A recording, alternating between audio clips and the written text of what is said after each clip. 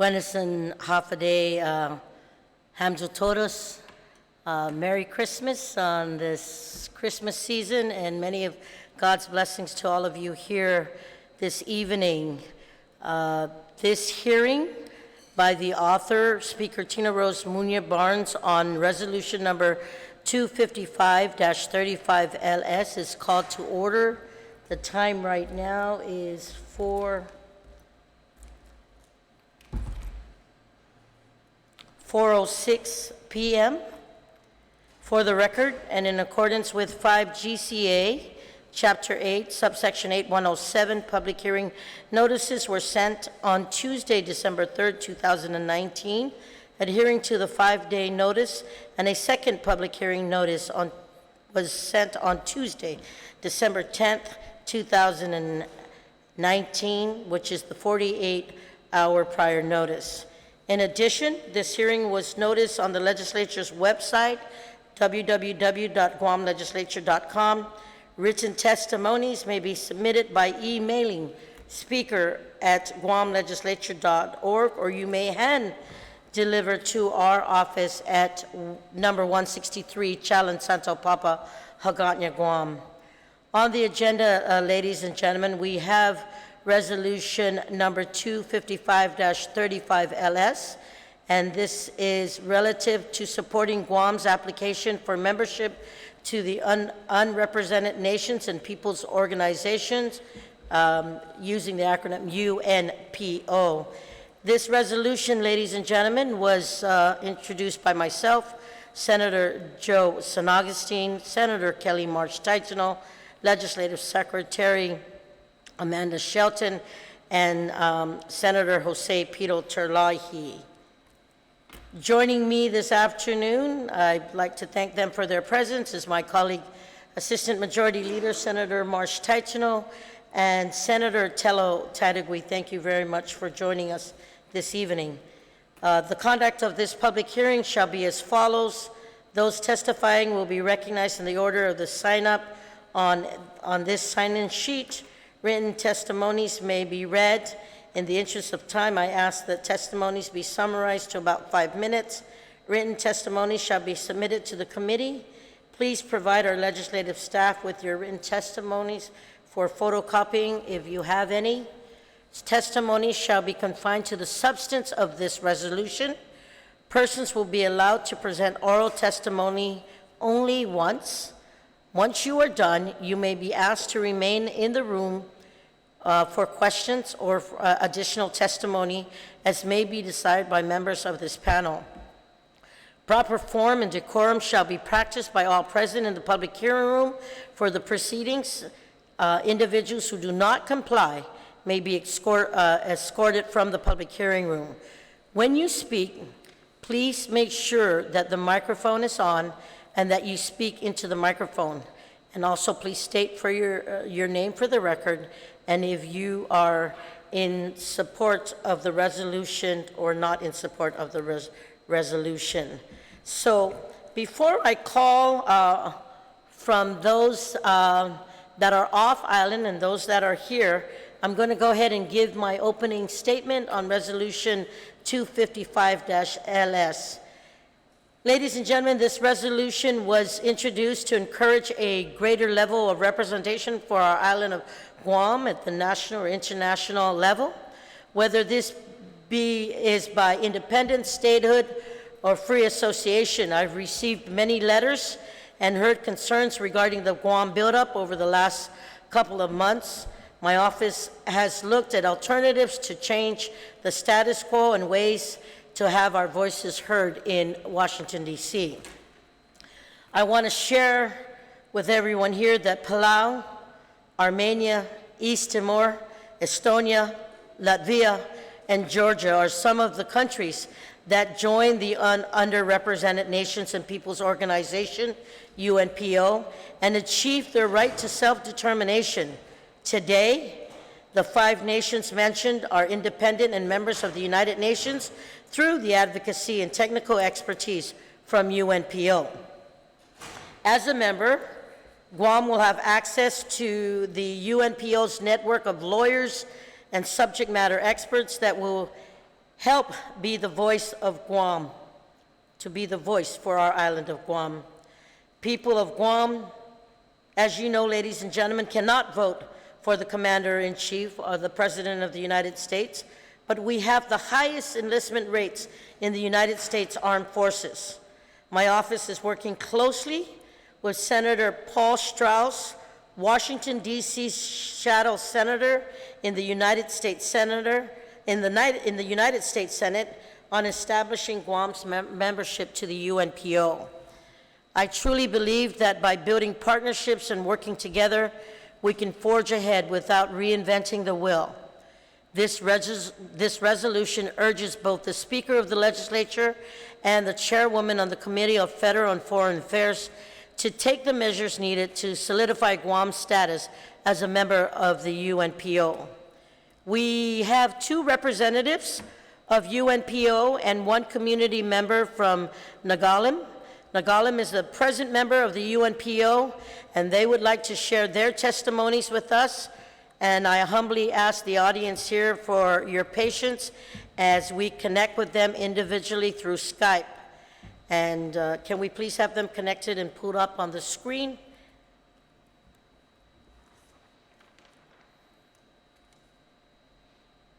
I'd like to thank the IT folks here at the legislature for helping us assist in making this happen.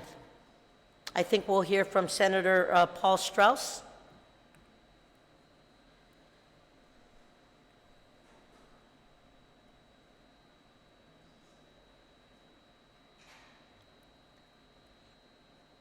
IT, when you have them on, just let us know and we'll proceed.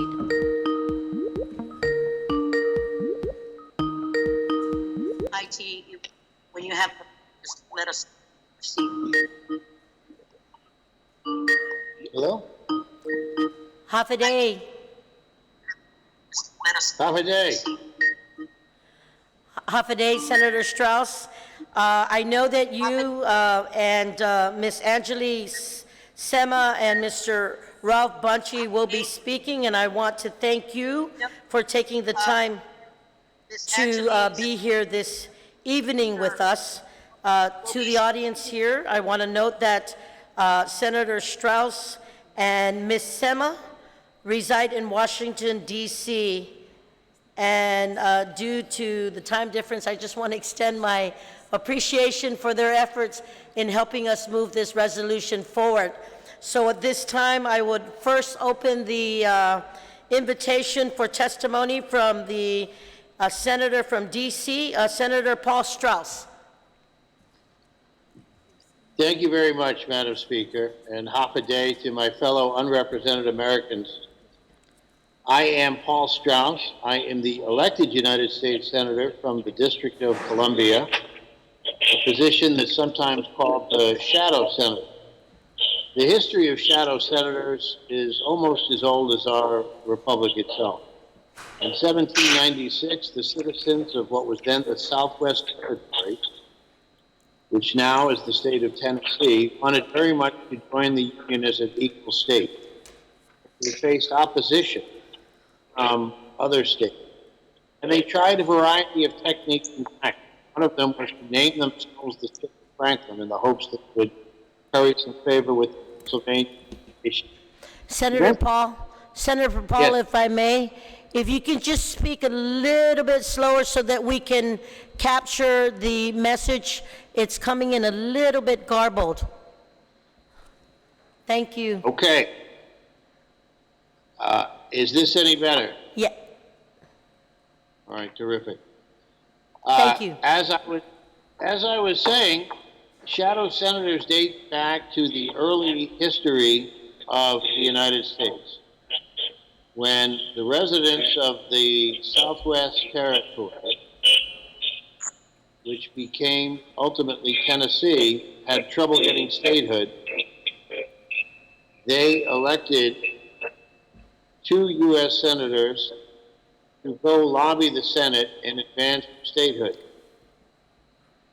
And eventually, other territories who were denied statehood began to adopt the same principle.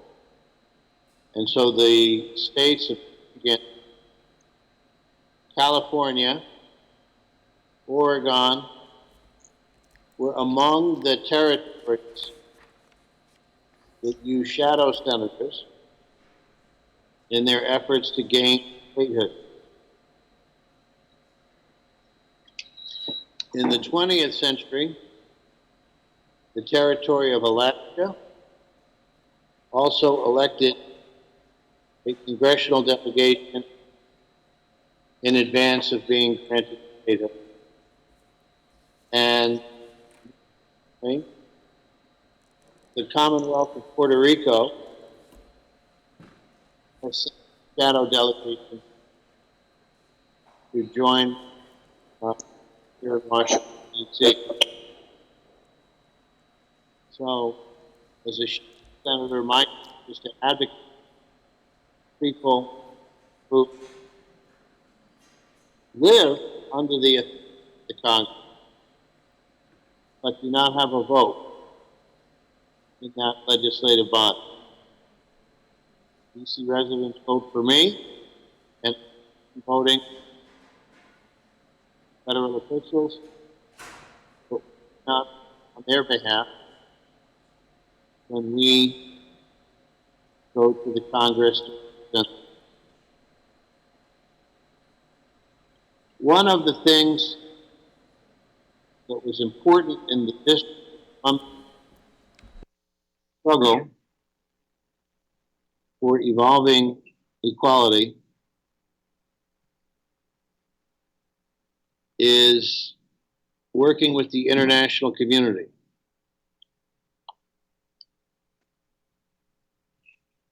And one of the best ways we found to do that is through our membership in the UNPO. One of the first opportunities I had to learn about the UNPO's good work was when I was on a state visit to the Republic of China and Taiwan. The District of Columbia has a large community of Taiwan expats living here in the Washington, D.C. area, and we have strong ties to the Republic of China on Taiwan. The next opportunity I had was when I had a opportunity to become one of the first U.S. elected officials to visit Nagaland, one of India's 16 states. And there, again, I saw the UNPO was involved in working to bring a peaceful resolution to their struggle for self-determination. And finally, I had a chance to meet an individual named Biram Da Abid, leader of the Haratin in Mauritania, a people who were very much kept literally in slavery. And after running across this international organization on 3 separate occasions, helping people in very different parts of the world, facing very different struggles for self-determination and equality, I began to look more into it. And I understood that the UNPO is an advocate for people who are unrepresented in international bodies and in some cases in their own governments. And it struck me that Washington, D.C., the capital of the United States, a place that long symbolizes freedom and equality for many, was actually a perfect candidate for membership in the UNPO because our government, despite our efforts to carry the cause of equality and freedom around the world, denies it to its own citizens of its capital city. Since joining the UNPO, we have had a chance to work with unrepresented communities around the world. Not all of the members of the UNPO share the same goal. We in the District of Columbia have had referendums, and we've made a decision that for us, our solution is statehood, joining the Union as the 51st state. There are others for whom independence or differential degrees of self-determination within their own countries may be the best solution. Joining the UNPO doesn't commit one member to endorse the goals of any other particular member, nor does it obligate a member to a particular course of action. But it does provide a level of expertise, resources, and association with folks who are often facing the same issues that very diverse communities face, but we all want the same thing. We all want self-determination for our people. We all want to live in peace and harmony, and we want to be treated fairly and respected by our own governments, whatever form they may take.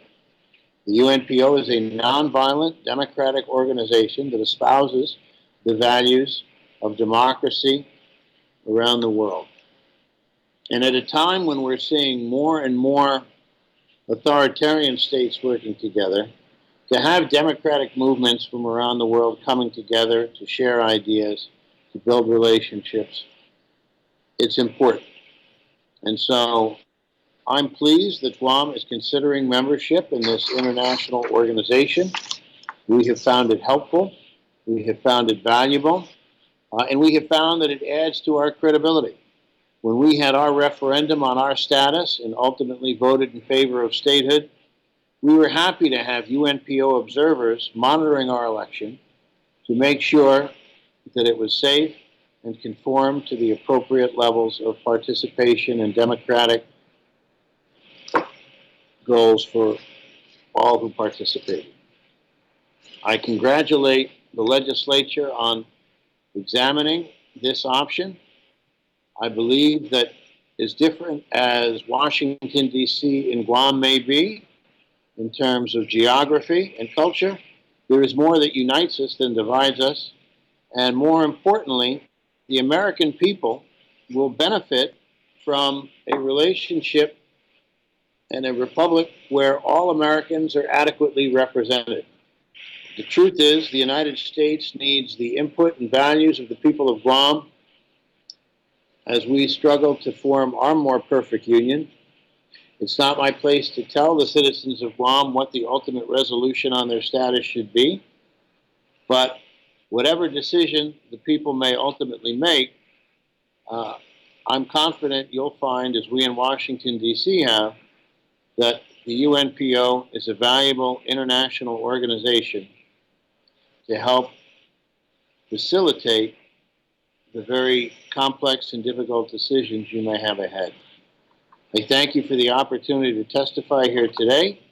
It's exciting to greet you from the home of our legislature here in Washington, D.C., and speak to the legislature of Guam.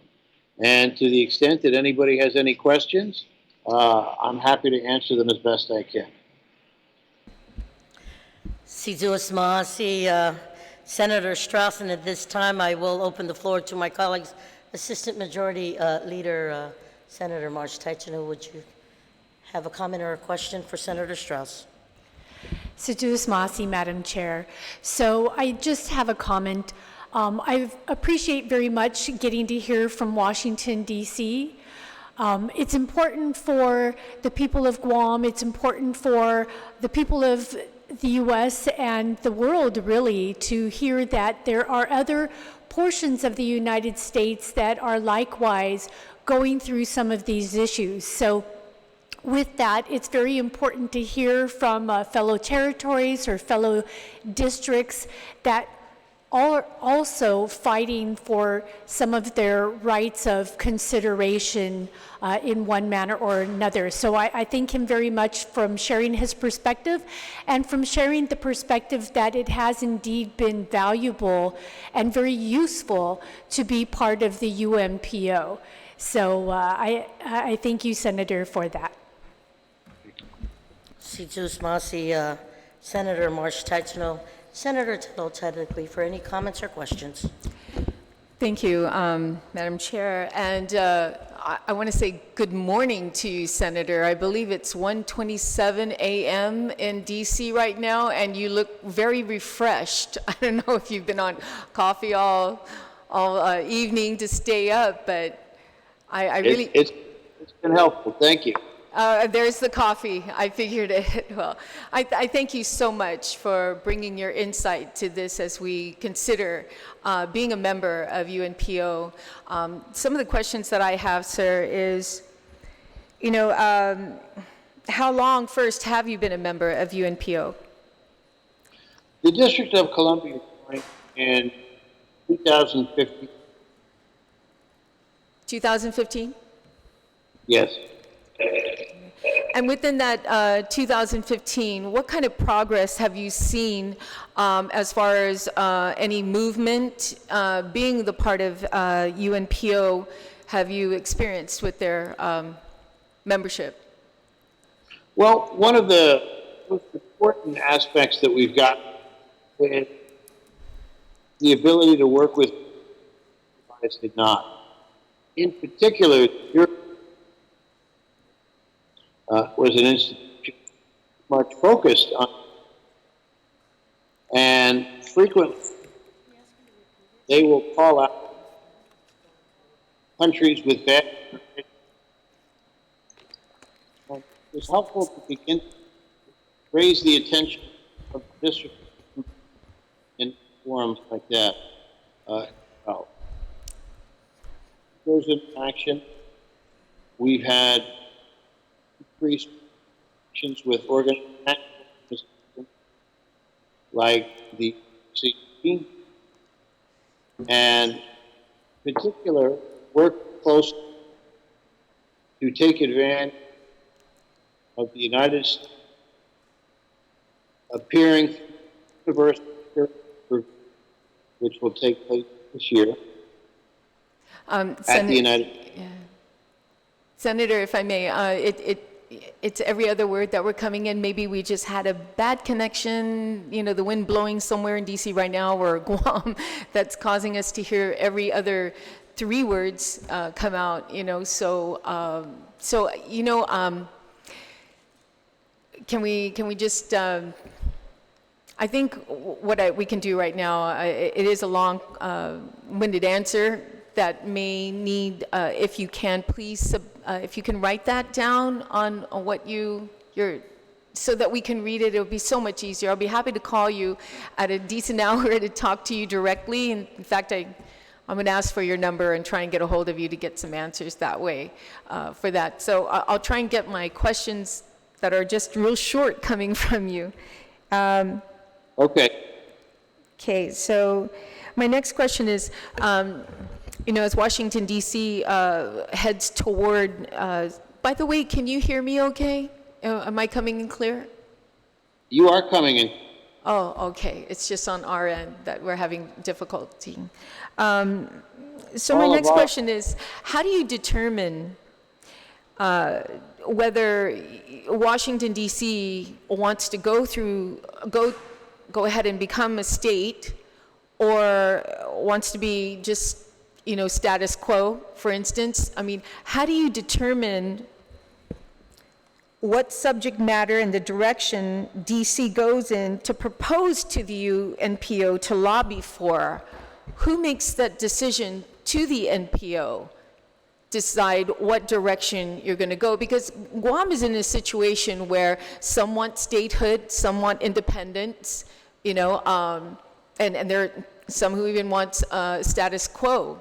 So by joining NPO, how do we, how did Washington go about doing something like to determine what type of lobbying they want the NPO to do for them? Well, for DC, second-class status is not an option. So there's no support for status. Independence is not an option, right? So statehood, but there are other members of the UNPO that have alternatives that they must consider. And I think the nation is well equipped to provide guidance in making sure what decision the people of Guam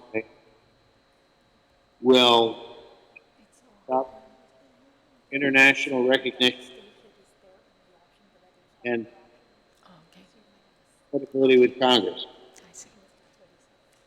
I see. Okay. Again, I greatly appreciate if we can have some of your statements in writing so that we can also share with our other colleagues, because it is difficult to understand what you're saying. And your comments are very important to us, sir, and I greatly appreciate it. So lastly, the big question is, how much do you pay a year in dues to the NPO? And if there is a dues, that amount, how does Washington, D.C. pay for that? It's approximately 3,000 euros per year, I'm sorry, sir? and we 3,000 euros. So that's approximately around 6,000 US dollars? Well, the exchange rates have been better. Okay. 3,000, we'll do the math, okay. But you It's said- about 3,500 a year, Yes, converted to US, 3,500 a year. Got it. Euros, No, euros. dollars. yeah, it's 3,500 US dollars. Okay, a year, okay. Well, thank you so much again, and I'm pretty sure you're going to get some good sleep tonight, right when you hit your head on the pillow. So again, thank you so much. Thank you. Thank you very much, Senator Paul Strauss, and then from our island to Washington, D.C., Merry Christmas and blessed holidays. At this time, ladies and gentlemen, we will hear also from Miss Angeli Sema, and if I can have IT go ahead and hook her up.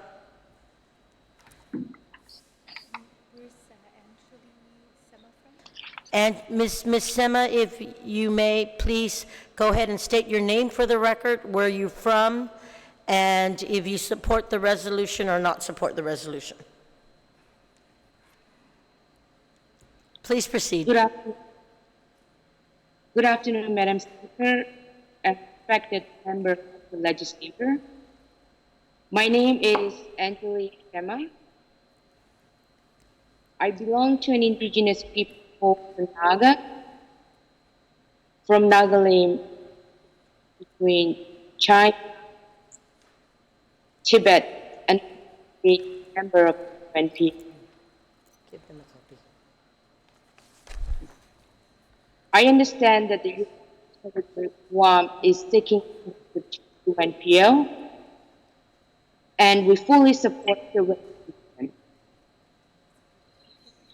I would like to share a brief background about the Nagas, present member of the UNPO, and how the UNPO came about rescue. The Nagas are originally from Muña, having migrated to the region of the 10th century BC. The term Nagaland refers to the Naga ancestral line, which was participated between India and Burma, now Myanmar. Interestingly, Guam and Naga share certain similarities. Both were covered and colonialized. Since the Spanish discovery Guam in 1501, the Nagas first encountered with the British in 1834. The Nagas resisted the British for 50 years. However, they were colonized by the British and India, who infiltrated the British colonial. During the World War II, just Guam, we were also captured by the Japanese and faced forced torture. The whole village of my mother was burned down and bombed by the Allies to fend off the Japanese. The only house that remained was my great-grandmother, which eventually became a base for the Allied forces. The Battle of Kohima, just like the Battle of Guam, also referred to as the Stalingrad of the East, was the turning point of the Japanese Yugo offensive in India in 1944. In 2013, the British National Army Museum voted the Battle of Imphal and Kohima to be Britain's greatest battle. The American missionaries liberated and educated us, and in due process, we began to develop more of a Naga identity. It is true international pressure works. UNPO gave us international support and platform. The Nagas joined the UNPO in 1993, and thankfully, due to the exposure, the Indo-Naga conflict has been in peace talk since 1997, one of the longest peace talks in modern history. In 2015, the parties reached a historical framework agreement which recognizes the unique history, the identity, the sovereignty, and the territories of the Nagas. It also recognizes the legitimate right of the Nagas to the integration of all Naga territories. As of today, we are in the final stage of paperwork thanks to the Prime Minister Modi. Finally, DC statehood delegation has become an important ally of all of us who seek advance and rights of underrepresented nations and peoples around the world in our current struggle today. Senator Paul Strauss, the leading member of the DC statehood delegation, has forged alliances with other underrepresented people like us, the Nagas, fighting for its indigenous rights to self-determination, Haratin of Mauritania, fighting against modern slavery, and many more. In this official capacity, Senator Strauss has personally traveled to Nagaland, became the only U.S. elected official ever to do so in recent times. And thank you, Senator, for that. In conclusion, the Nagas look forward to the day when we can proudly say we graduated from the UNPO. I'm happy to answer any questions you might have of the organization. Sidas Masi. I hope I said that correctly. Thank you. You surely did, Ms. Sema. Thank you so very much for your testimony. And our colleagues do have a written presentation in front of them right now. And at this time, I will go ahead and open to my colleague, Senator Marsh Taitino. Sujus Maasi, again, Madam Speaker. You know, it's important again to hear from various members. On one hand, we heard from a member that is part of the United States, so we very much know that membership within the United States and its territories can be effective. To hear that they have been a member for several years and that they are finding it very useful. All of those things are very good to hear. And then it's also good to hear from peoples that are seeking self-determination as well. So we have some similarities with DC, but we also have some similarities with Ms. Sema. And so Ms. Sema, I thank you very much for sharing your perspective and making the many fine points that you shared. The shared history, historical circumstances that we have of discovery, if you will, and colonization, the suffering that both of the communities suffered during World War II, and then your very strong statement about international pressure working. These are such important statements for our community to hear, and that you have been developing important allies through this association, some of whom have even traveled there. And so we can see that fellow members are making these just extraordinary reaches of themselves to help support and further causes that are so important for different peoples around the world. So again, I thank you very much for sharing all that you have. And I appreciate all of the detail that you put into this and all of the thoughtfulness. because certainly it will help us better understand our potential within the U.S., but also the potential as Indigenous peoples that are seeking statuses that the senator from D.C. said that is not available to D.C. We can see that peoples that do have options as Indigenous peoples, that there is something that can be served to the people of Guam in that manner as well. So I will be rereading this testimony again to just make sure that I am able to remember all of these important points. Again, thank you very much. You're more than welcome. Senator Tadegui. Thank you, and half a day from Guam, and I'm sure you have coffee as well to stay up. I really greatly appreciate you staying up this early morning. Now it should be around almost 2 a.m. in the morning, and thank you for that. And I appreciate that I have your testimony is written, so I was able to follow along, even though if there was some break in communication, we were able to do it. But thank you again for taking the time out to educate us about this and about your country. I wish you the best of luck, and Merry Christmas from Guam to you. Thank you very much, Ms. Sema and Senator Paul Strauss, for your testimonies of support. And at this time, we will go ahead and proceed with Mr. Ralph Bunji. I understand he's currently in Geneva, Switzerland. And if I can have our IT please hook up at this time.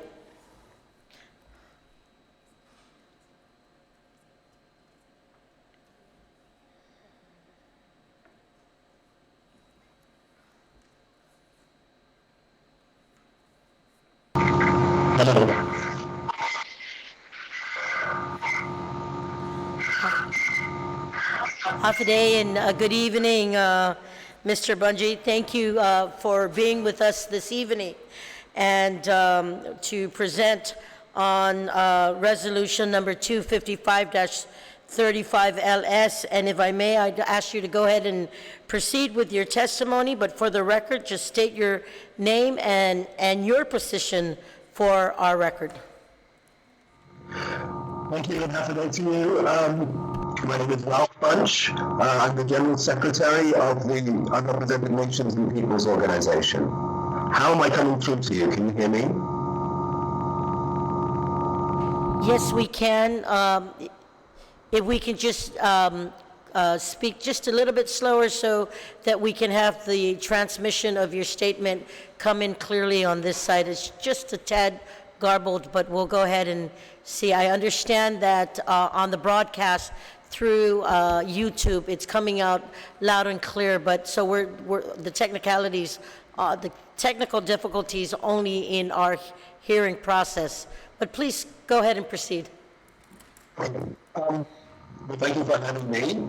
I was going to begin with a detailed description of the history and purpose of the organization, but I think Senator Strauss did a wonderful job in describing who we are, and actually that I think is a very important factor. The UNPO is a membership-based organization. We are led by members. We work for the members, and really there is a lot of ownership in terms of the way in which the organization works by the members. So it's really wonderful to hear Senator Strauss discuss the UNPO in his own words, but actually taking the words out of my mouth about who we are and why we exist. A little bit about our history. We were founded in 1991, principally at the initiative of three groups of people. The Tibetan people in exile, via the Tibetan government in exile, the people of Estonia, via the movement for liberation from the Soviet Union, and the World Uyghur Congress which are the people in China today that you hear a lot about, the Uyghur people. In 1991, we were founded with the intention to be a forum through which peoples around the world who are not being adequately represented by their national governments internationally can form and speak. The concept of what that means by not being adequately represented is different depending on the member, but ultimately it boils down to people living in national constitutional orders that do not give an adequate voice to their people through that national system, so that their issues aren't properly being raised internationally, although their issues are often quite buried internationally with not much focus on the issue. And oftentimes I would say what's very interesting about having the District of Columbia with us, and what's very interesting about this resolution, is that there is a very big hidden part of the world where there is unrepresented people, and that is the United States. It is quite an emblematic case in terms of a constitutional order that legally disenfranchises people from a voice at the highest federal level. And I think what we've been doing with the district is quite emblematic of what we do with all of our members. We're a very small secretariat team that is established to support the body of members. And by support, we do three things. One, we maintain the membership, we maintain the brand, we follow the movements that are within our membership, we report to the members to make sure that everybody knows the direction of the organization, and to keep that sort of international solidarity moving forward in terms of being able to provide connections to like groups around the world to our members. The second thing that we engage in is advice and support to our members on their international campaigns and their international efforts. That advice and support takes different forms. I think the Senator had a very good question about how we are informed by the movements within our membership. So how do we determine what we do as it relates to any one member? And typically that is done in discussion with whoever the focal point is within the membership for those people. And we will help set out a plan of action and a strategy for the member people to think through how they can raise their voices internationally. We're there to empower the peoples to raise their voices. To raise their voices internationally, but also to think through how their national campaigns could be formed, what they could be seeking, on the basis of networks of advice that we can put together, networks of other members in similar situations who dealt with similar causes, both past and present, networks of academics and other civil society movements that have provided support and advice in these areas. And the third type of work that we do is we engage in policy research, working with big academic network around the world, a really large sizable network, and networks of grassroots movements around the world, to try and document what it means to be unrepresented and what the impact and effect is on people when they are unrepresented. And in that regard, we do lots of different areas of work, and we're looking at various different things. We're looking at people's freedom of movement who are unrepresented. We're looking at the freedom of religion of unrepresented people around the world. We are moving in towards looking more at what happens in terms of climate change and the impact on climate change and the ability to fight climate change of unrepresented people around the world. Because many of our people in our organization are living in areas that are particularly impacted by climate change. So we're looking at it in different ways. we look at what it means to be an unrepresented woman. We have a very big campaign on that right now, in the knowledge that many campaigns for self-determination do not have adequate gender balance. So we're looking at what it means to be an unrepresented woman and to facilitate the voices of unrepresented women internationally. So we do that kind of work, policy research that sort of leads into training, that leads into advice and support for members. But it's a limited organization. We're a small team. We have one person in the United States, one person here in Geneva, where I am right now, helping some members raise their voices internationally, and a small team in Brussels that acts as our headquarters and our voice for the European Union. But we're a small team, and what we want to make clear to everybody is that we're only a part of your campaigns, we're only a part of your movement. We're here to support, to help, but we aren't here to guarantee. We can't guarantee that membership in the organization will lead to your campaign achieving anything as a result of our work directly. We're here to empower your work, to support your work, and to help lend our weight to that work. But it's important that people are aware that we are a part of a campaign and not the campaign. It's a very important part of what we like to say to people. So we're here for our members and for their voice. In terms of membership, just to say, to clarify on the question, it's 3,000 euros a year is the membership fee. Currently that is about $3,400, but it changes depending on the exchange rate. All members must pay that fee on an equal basis, although it does happen that members end up in financial trouble depending on where they're located. Quite often we have some very poor and marginalized members, and so we work with those members to sort of reduce fees or reschedule fees where that is necessary. The membership application process starts with an application. It goes to the presidency, which is an elected board of 11 members of the UNPO. And the presidency works with the applicant to understand whether or not the applicant fits the core criteria of the UNPO covenant, with a specific focus on the level of representation that the applicant can claim as to the people in the movement.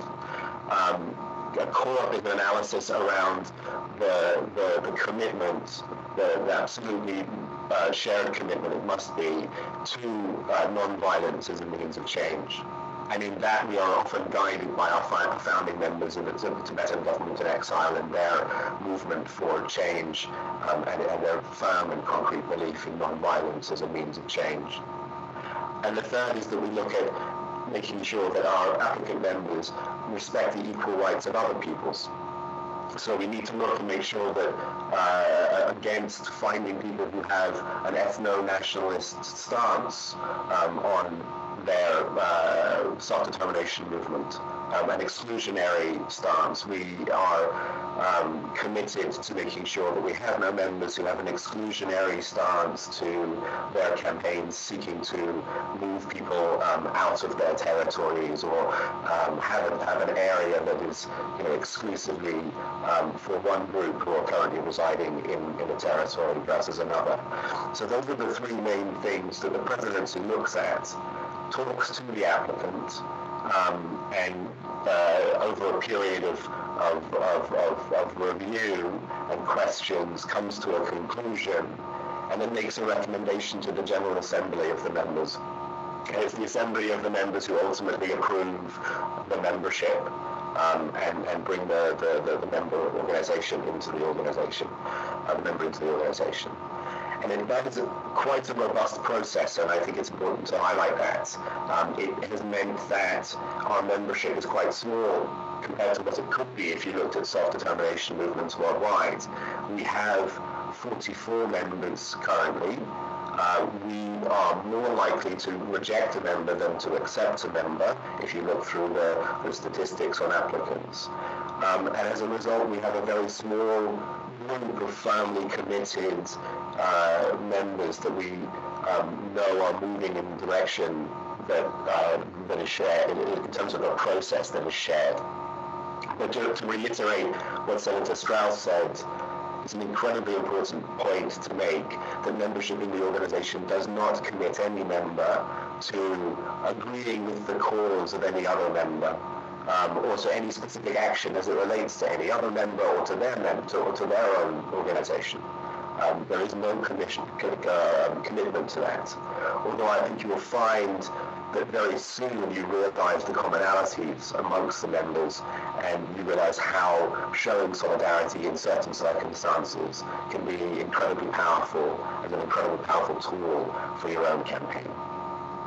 I'll leave it at that, and I hope that all came through to you, and I'd be pleased to take any questions that you might have.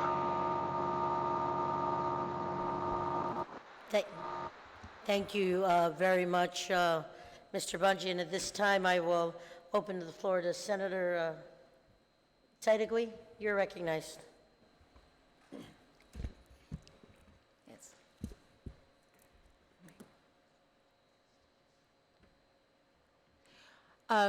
Good afternoon, or actually it's good morning there in Switzerland, if I'm not mistaken. Thank you so much for taking the time. I was actually listening online because we can hear you so much carefully. Not carefully, but understand you. Taking it off right now because you're coming in kind of muffled, but that's okay because we can review the tape and you're coming in very clear here. I just have a couple questions for you, and greatly, again, appreciate you taking the time out of your schedule to speak with us. You mentioned, which I thought was good to know, that your organization is taking on projects, and it's not like you're always agreeing to bring in new members and to your organization. And this, of course, gives you more time to spend on your current members right now that you need with all your lobbying efforts, et cetera. So that's good to know. But you mentioned one thing that you do talk to the applicant, you know, and when you're Guam itself, who are you going to speak to on Guam to be part of this organization, the application? Who would you speak to, the head of state or the head of our government, which is the governor of Guam, to determine whether we are to be a member of your organization? Really, thank you for that question. Seek to be directed by people of Guam, so by the applicant. So, as to talk to. So, as a general matter, we are focal to be communicated to us, to receive questions, and to be able to process the application. So, we would look to tell us the appropriate person to talk to.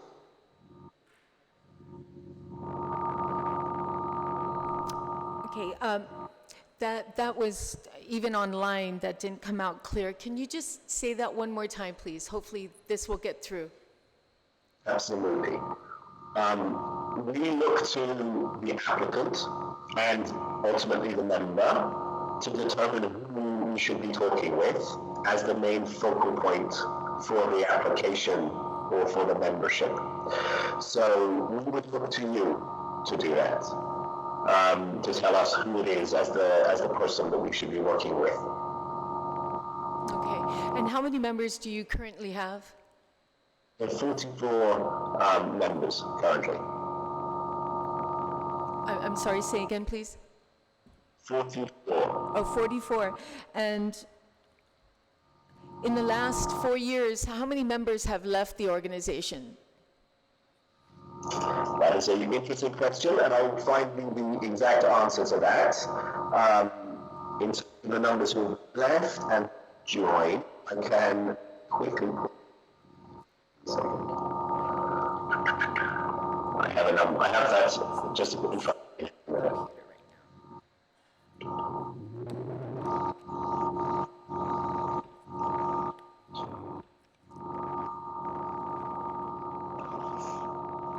Two.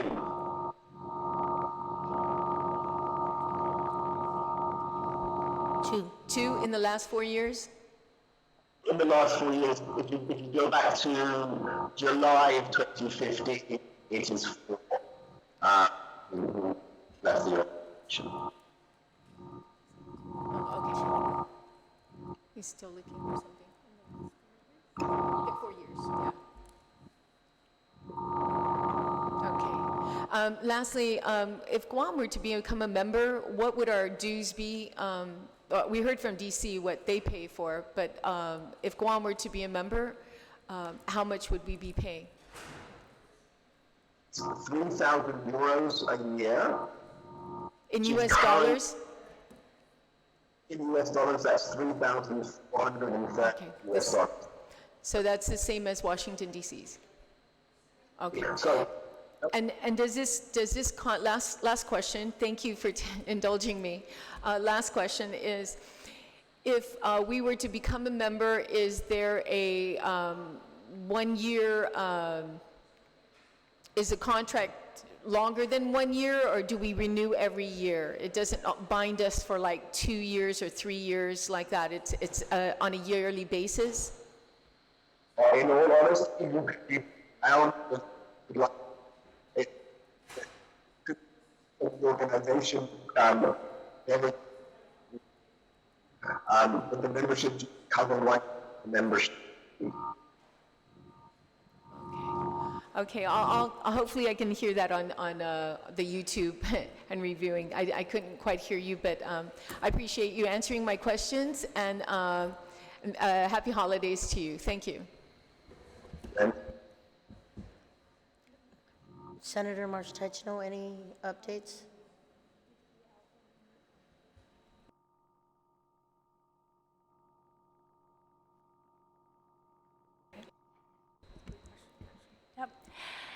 Thank you very much for your providing us information, and I too will be going back over the YouTube video so that I make sure that I can gather the different points that you're making and really be able to think them through.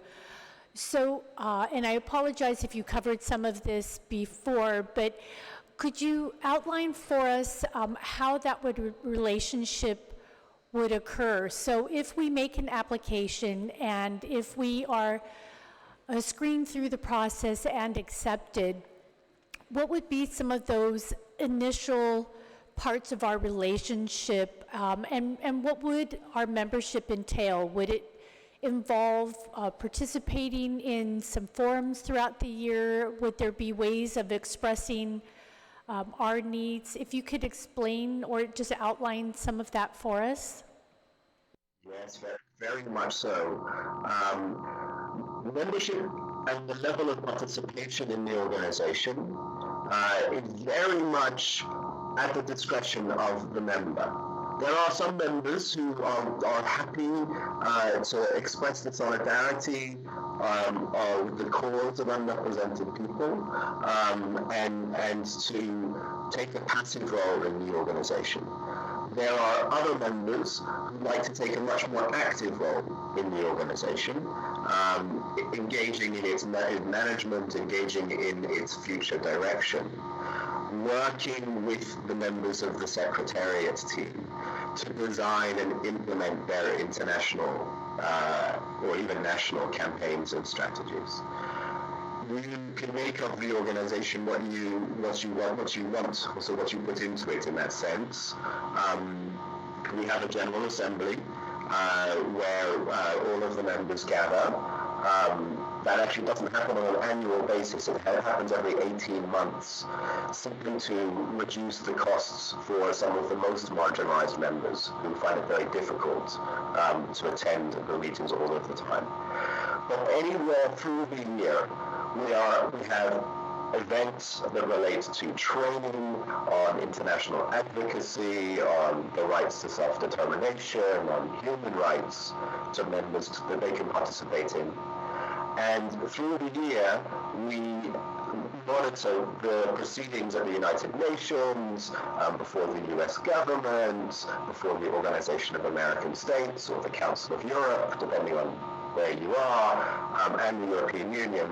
and we alert members to specific initiatives, specific areas of work that could be useful for them in their campaigns. And then we work with the members, all their civil society organizations, if they'd rather us work with the civil society organizations, to try and make use of those opportunities. And a very concrete way that I can talk about that is recently the United States is under what is called at the United Nations the Universal Periodic Review. Every 5 years, each member state of the United Nations is under a review for its human rights compliance. And we alerted the people of the District of Columbia to this, and they were then able to submit reports to the United Nations on the status of the campaign for DC statehood. And then we, at the UNPO, in the Secretariat, submitted a different report that highlighted and placed the campaign for DC statehood in its national and international context. And were able to draw on actually the experiences of other U.S. territories, such as Guam, to highlight that the district doesn't stand alone in terms of disenfranchisement in the United States. And also to place the district's situation and disenfranchisement in the context of international law and in the context of that international and comparative perspective. And it's that kind of thing that you can expect from the organization. We will alert you to opportunities and work with you to make the most out of those opportunities for you. Thank you very much for providing the detail that you were sharing. And it's very good to hear that it's at the discretion of the member because perhaps more members, certain members are able to participate more readily than others. Maybe certain members have greater needs than others. And so it's very good to hear about that flexibility, and certainly we can see some examples such as Senator Strauss, where he actually went out to visit another area. And so we can see some examples, some of which you described and some of which we heard elsewhere, where members are providing that support for each other in those many issues, be it international advocacy, rights to self-determination, or other issues that are coming up, and that there are tools. But not only the tools, but this sharing of understanding, this sharing of information that helps us perhaps understand our situation better and helps us refine our course, and perhaps in that dialogue with others, be able to provide some of that same service for other members as well. So thank you very much for that detail, and I look forward to hearing more, if there are more questions, more of your information that you have to share with us. Thank you. Thank you. And I complete other follow-ups, just, and Thank you very much, Secretary General. We truly appreciate your presentation here this afternoon, and blessed holidays. At this time, ladies and gentlemen, we do have a list of folks that are here to testify. I will call them out, but before I do that, I'd also like to recognize the presence of one of our former colleagues who's here in the audience with us, former Senator Hope Cristobal Undunklunasidzos Masi, for being here. At this time, I'll call upon Mr. Melvin Borja.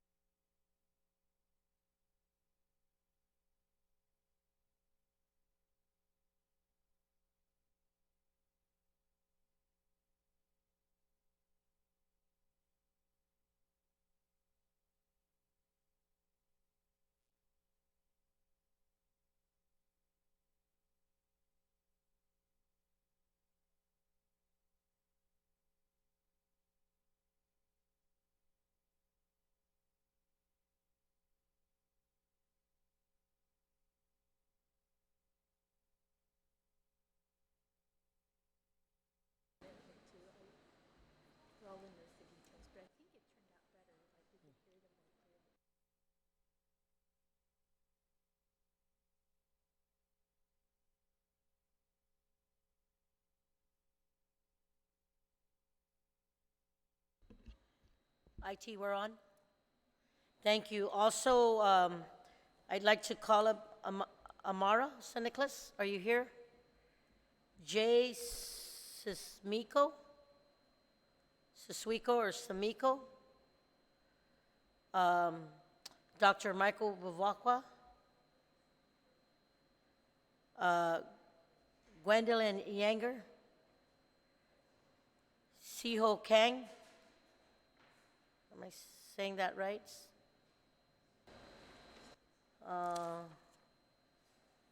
Annalena Ko? Senator Hope, are you present? Please join us.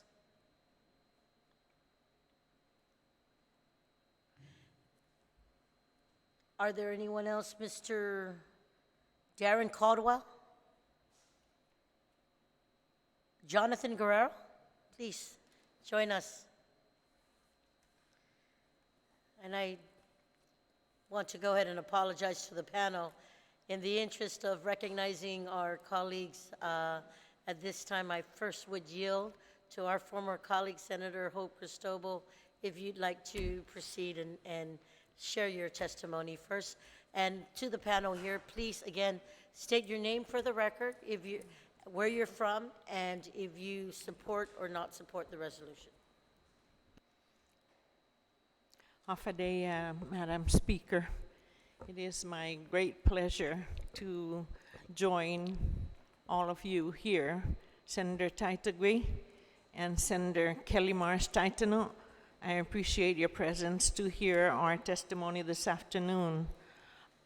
I'm in favor of this resolution with some suggested amendments.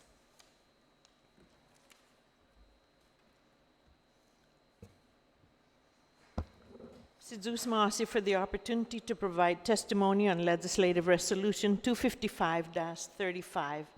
Inaanhu si Hope Alvarez Cristobal. Ginin senadotzo. Guahu lumagnus adzu ilay para umadikolonisa. Umana libre gipolitikat na banda. Iman Samoro.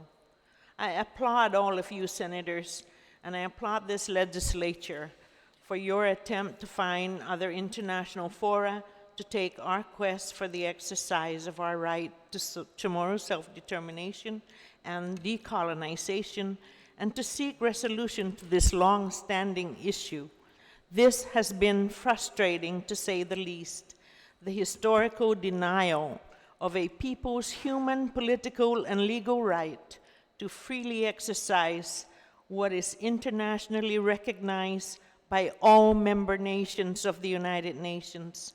So we must ask ourselves, what are we trying to accomplish with the resolution? What is the value of the resolution in seeking redress for historical injustices inflicted upon the Chamorro people of Guam? It is a matter of fact that the greatest nation on earth is a signatory to the 1898 Treaty of Peace, wherein Spain and the United States agreed that the U.S. Congress will determine the political status of the native inhabitants of Guam. It is also a fact that the United States is a signatory to the United Nations Charter that promised all colonized people the right of self-determination and decolonization. One of the first actions of the signatories to the United Nations Charter, a Treaty of Nations, was to create the list of non-self-governing territories for all colonial peoples. Guam was freely and voluntarily placed on that United Nations list of non-self-governing territories by the Department of Navy, representing the United States, who became Guam's administering power at the United Nations. In 1950, it was the U.S. administering power of the native inhabitants of Guam. The United States of America passed the Organic Act of 1950, recognizing in part the special status of the native inhabitants of Guam, the Chamorro people. In the attempt to seek other avenues or other international fora to take our quest for political dignity We must be very careful with our choice of words. We must be consistent with local law as well as international statements, and we must be abundantly clear about who needs to be decolonized and who needs representation at the United Nations. Oh, excuse me.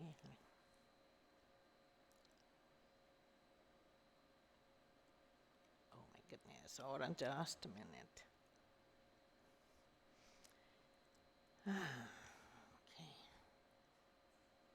What we say about who we are must be accurate and firm at all levels on Guam, nationally and internationally.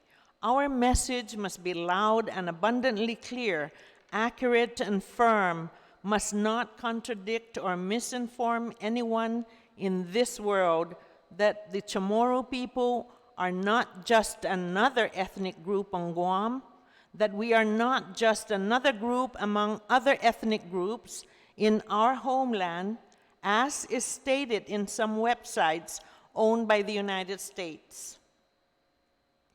Oh my goodness.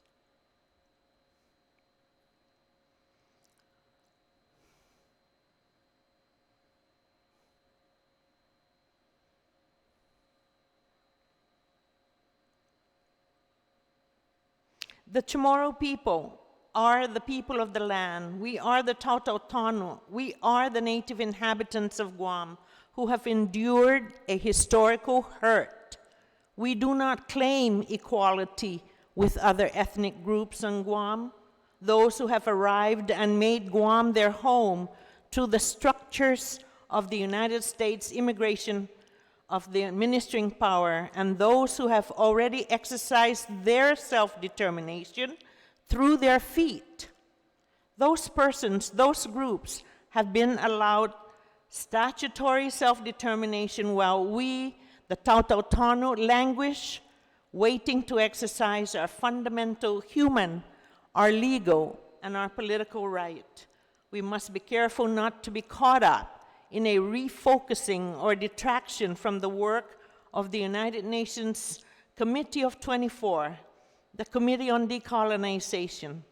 The UNPO, as an international NGO with international memberships, is separate from the United Nations.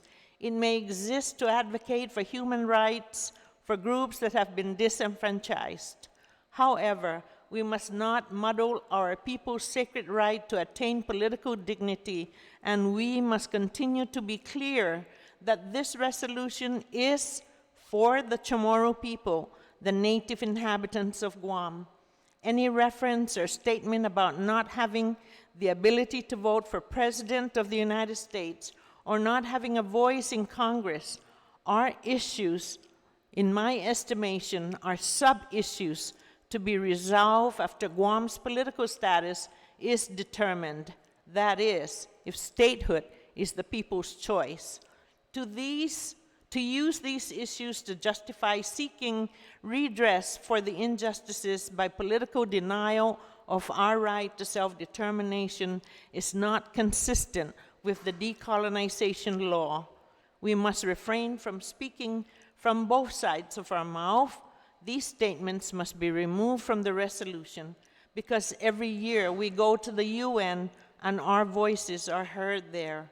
The purpose of the resolution must be to support our position at the United Nations, and we must stay the course and not give up. Huhongi, Madam Speaker, na tanasinya sumatba idinanti imastakhilu na diritsota por favor na fanfadzi hamzu na famta esti na hinasu na hita gwini na tanu pumadedesi I inatsakan cinema justicia put politikat na banda. Si Diyos masi put itiampun midyo pago na haani dyan itinem tumidyo ni prenhi na hudjong esti na resolution.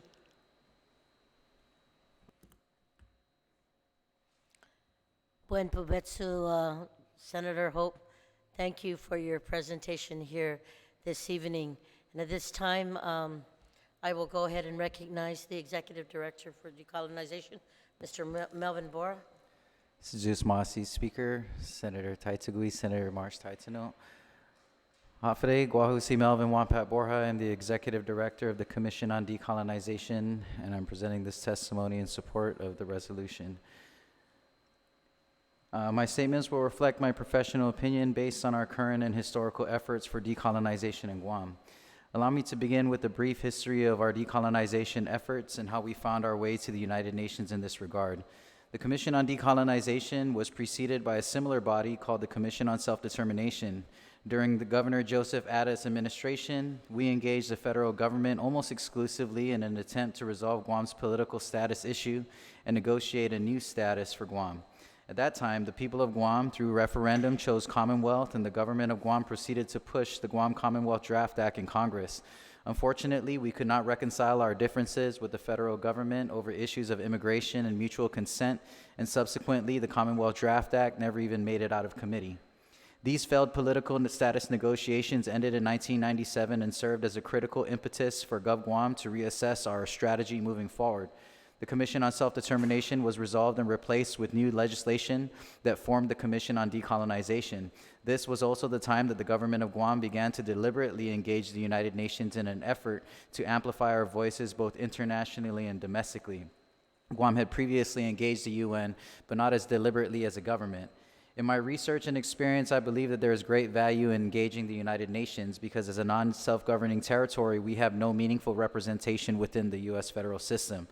We have seen how this systemic silencing has impacted our ability to bring peaceful resolution to our desire for decolonization and self-determination. The United Nations has engaged deliberately in advocating for the eradication of colonialism around the world, and Guam could definitely benefit from continued efforts in this regard.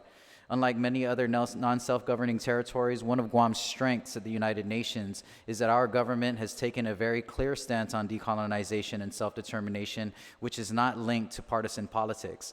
Additionally, Guam has been extremely consistent in our engagement with the United Nations over the last 21 years. I have personally been told by UN staff that our willingness to continue our work on the international stage year after year has enriched Guam's identity and reputation in the international arena. Unfortunately, Guam is still a non-self-governing territory, and we are not voting members at the United Nations. Our foreign relations and international negotiations are almost non-existent because they are conducted without us at the table. Though we remain committed to this work and we do not have plans to abandon these efforts, it remains nonetheless a daunting and costly task. We currently limit our UN engagement to the Special Committee on Decolonization, or the Committee of 24, or C24, and the Special and Political Committee on Decolonization, or the Fourth Committee.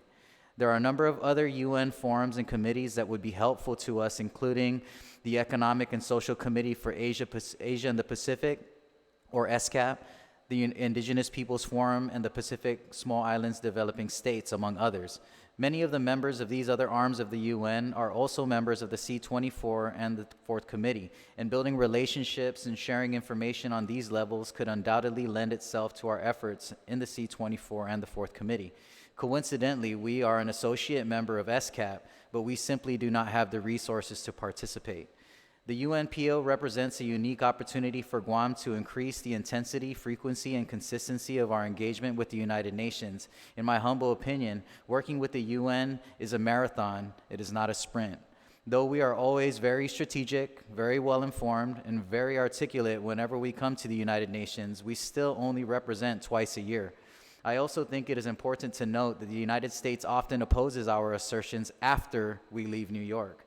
This is a troubling reality because we do not speak for ourselves. The federal government speaks for us, and misrepresentation can be just as damaging as no representation. Additionally, our government has decided to pursue an appeal of the Davis case at the Supreme Court. Though we cannot predict how this will play out, we must be prepared for any outcome. If the Supreme Court rejects our petition to appeal, or if they accept our petition and we lose the case, it will signify the exhaustion of all domestic remedies, which means that we will have an opportunity to bring our case to the International Court of Justice. This is a very complex undertaking, and the international community plays an integral role in our success on that level. The UNPO could possibly help strengthen our case should we end up taking that route. The other way to get our case to the International Court of Justice is by gaining the support of 2/3 of the General Assembly at the United Nations, which is no small task and would require a global lobbying campaign. There are currently 193 voting members in the General Assembly. I write this testimony in support of the resolution to seek membership with the UNPO. My main concern is the funding to cover the application fee and our annual membership dues. I will recommend to the Speaker and the committee that this resolution be followed up with language to determine a clear funding mechanism, mindful that the Commission on Decolonization has limited resources that are committed to carrying out our educational efforts here at home. I am happy to see that we continue to diversify our strategic approach to this historical struggle, and I am hopeful that allies like the UNPO will continue to support us in our pursuit of justice and the recognition of the rights of the colonized people of Guam. Sijus Masi. Buen provecho, Mr. Board. Thank you very much for your presentation. At this time, Ms. Analia Ho, I will work down to my left.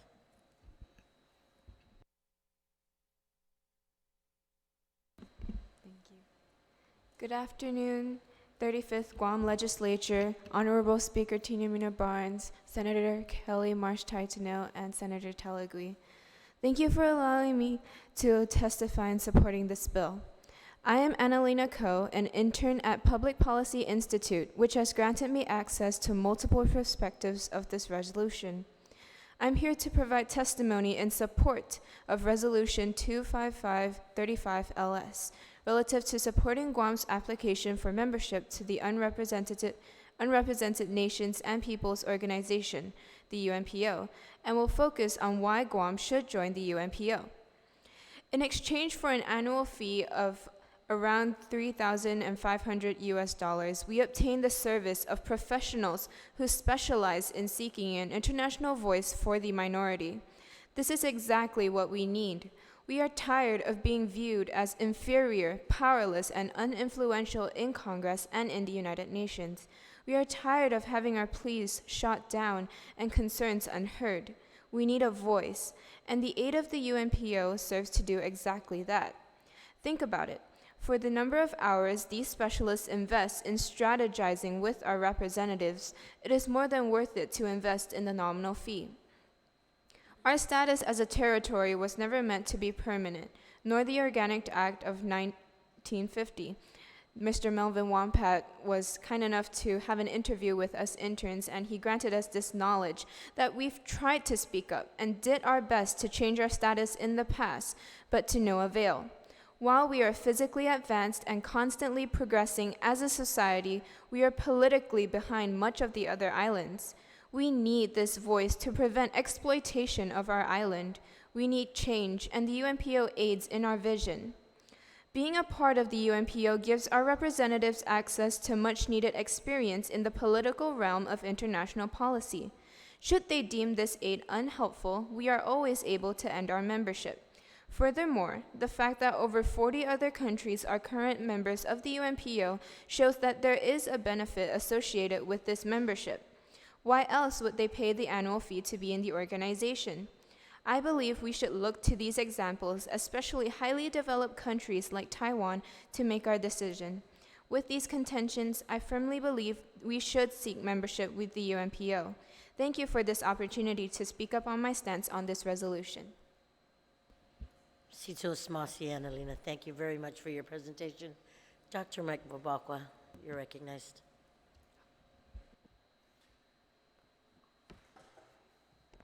Buenas and hafade. Men senadores Gwini, gestina haani. Piod Hagu, Speaker Tina Muña Barnes.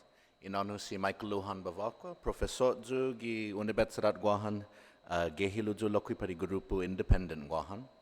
Lo Gwini Pagu gi menan mizu hu kwentu sisi zia Zusia. Men testitigu Zu Gwini Pagu como un Samoro, un Tautau Guahan. Husopopoti esti ima propoponi na bill resolution 25535 ni sumapopoti I hinalomnia I zaguahan gi grupo UNPO. Para guau gi hinasoko maulek sinyaw gof maulek na pocket esti gi talanta motna.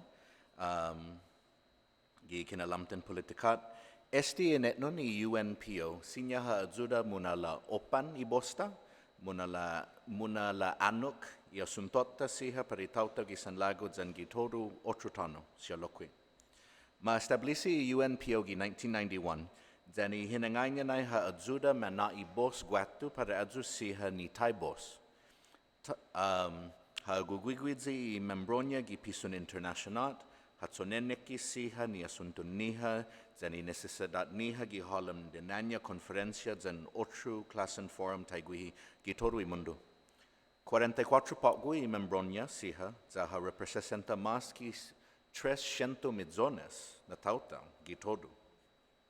In 1992, si Michael Van Walt, co-founder and established Secretary General para di grupo, comentos pot sa hafa na ma-establisi esti na organizasyon. Ileknya, I find it absolutely unbelievable that people like the Tibetans, the Kurds, the elected leaders of Burma are not included in international discussions about their own fates. Each nation should have the right to decide its own destiny and to manage its own environment. Kaleng esta gof matungo, no? Esti na sentimento esta gof matungo gwini gidzaguahan. Megay na asunto gwini lokwi manaygwi hit gi kareran desisyon. Taygwi bosta. Taygwi iminalago I tautau gwini gi taimano zan mano I desisyon siya madisidi. Whether the build-up, the Jones Act, immigration policy, environmental policy, megay na hemplo. Kada mamatekaw gi inay guaha mas hemplo. Put taimano na man tai diretsu hit gwini. Esti na inet nun kapas man adzuzura tautau tai gwini. Mirasa, mit kultura, mikulodi man membronya. Ti mauusa I man membro siya pareho na lengwahi. Ti man pareho todo I kultura niha.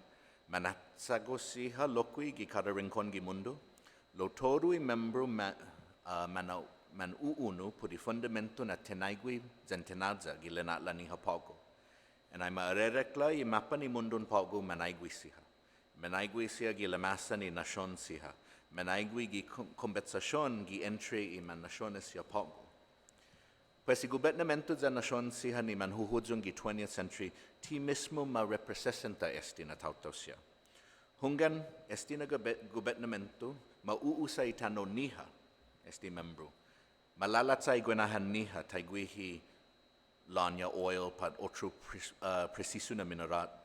At soka mafa gaibali itano zani gwenahasya ti mafa tau I mismo tau gwihi giadzo na tano siha. Padi strategic importance itano padi preciso esti gwenahasya gi edda pad honam siha. Pad taigwini zan otro rason siha ti mafa tau esti na klasen tau. Ti ma respeta I direzon niha pad dinetet minan maisa pad I direzon niha como tau.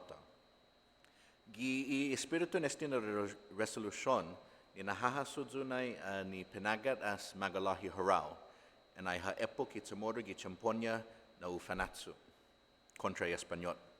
Ileknya metgotnya hit kitahaso. If in English we are stronger than we think. Sesu sangani tautau guahan esti. Lo gimenagay ti kabales hungan man metgotnya hit kinui pinalota. Lo man metgotnya hit engen tihita hat lokwi. Mauleknya man hihita zan otro nation siha, otro tautaw lokwi. Parehita ni man dikiki pat manaigwi gi sistema ni mundon pago sen importante esti. Pari meganya na nation ti man importante hit. Podano rason debrita fan hihita debrita na laaga ngi bosta siha. I hinalom gi esti na klase ni net non sinya umadzuda hit. Si Diyos masi. Ben Pupetsu, Professor Bovako, thank you very much. Gwendolyn Yanger, please proceed. Good evening, Madam Speaker, Senator Kelly Marsh, and Senator Taitagui. My name is Gwen Yanger. I'm from the village of Manilao, and I am currently an intern with the Public Policy Institute. I sit before you today in support of Resolution 255-35 relative to supporting Guam's application to the UNPO. After World War II, the United Nations granted the United States authority over islands that fell victim to the Japanese occupation in a contract known as the Trusteeship of Formerly Mandated Islands. Guam was one of the many islands mentioned in this agreement. The United States has since acted on many of the activities authorized to them in Article 6 of this agreement, such as establishing military bases and offering assistance to the community. However, Article 6 also mentions that the United States is to promote the development of the inhabitants of the trust territories towards self-government or independence.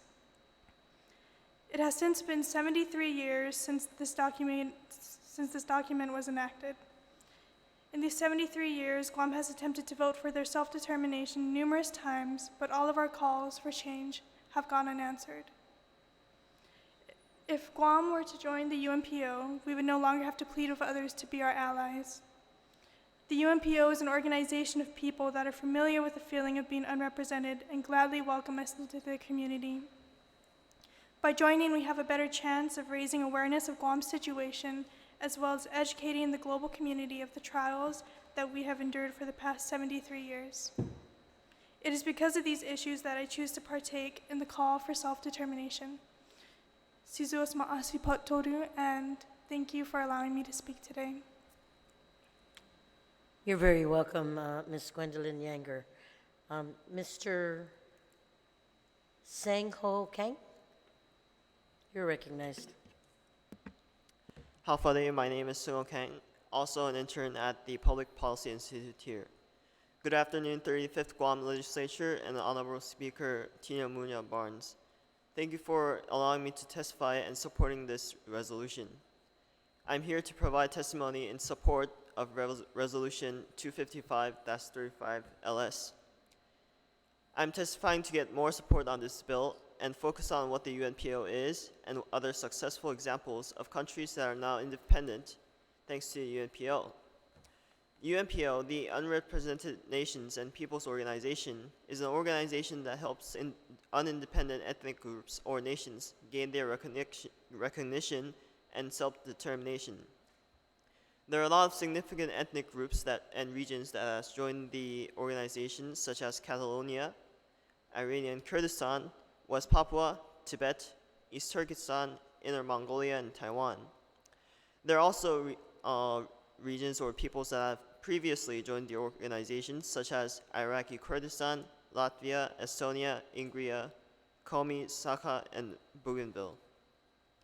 By joining the UNPO, it would draw the attention of other nations worldwide, and there are many successful examples of gaining independence or having a big step in self-determination. For example, former Soviet republics of the USSR, Latvia, Estonia, Georgia, and Armenia gained independence after the USSR collapsed. The small island group, Bougainville, is planned to hold a referendum in 2020 to gain either independence from Papua New Guinea or gain greater autonomy, all of which joined the UNPO. By these reasons and examples, I think we should learn from these successful examples and become a member of the UNPO. Thank you for giving me the opportunity to express my opinions on this issue. You're very welcome, Mr. Kang.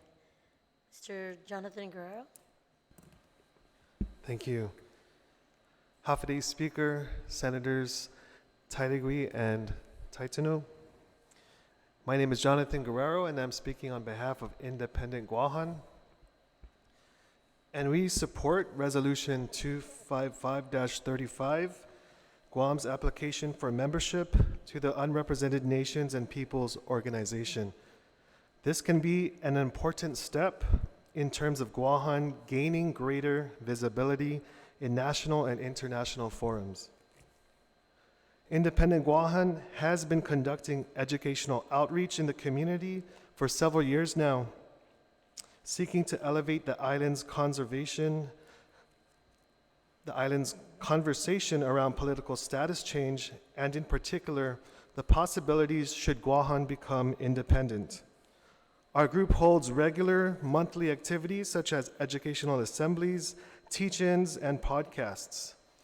In 2017, we expanded our work to include international solidarity efforts. That year, Independent Guahan helped organize a historical delegation to the United Nations to testify before the Fourth Committee on the situation of the island. In addition to offering testimony, Independent Guahan also organized meetings with representatives from different countries and non-governmental organizations.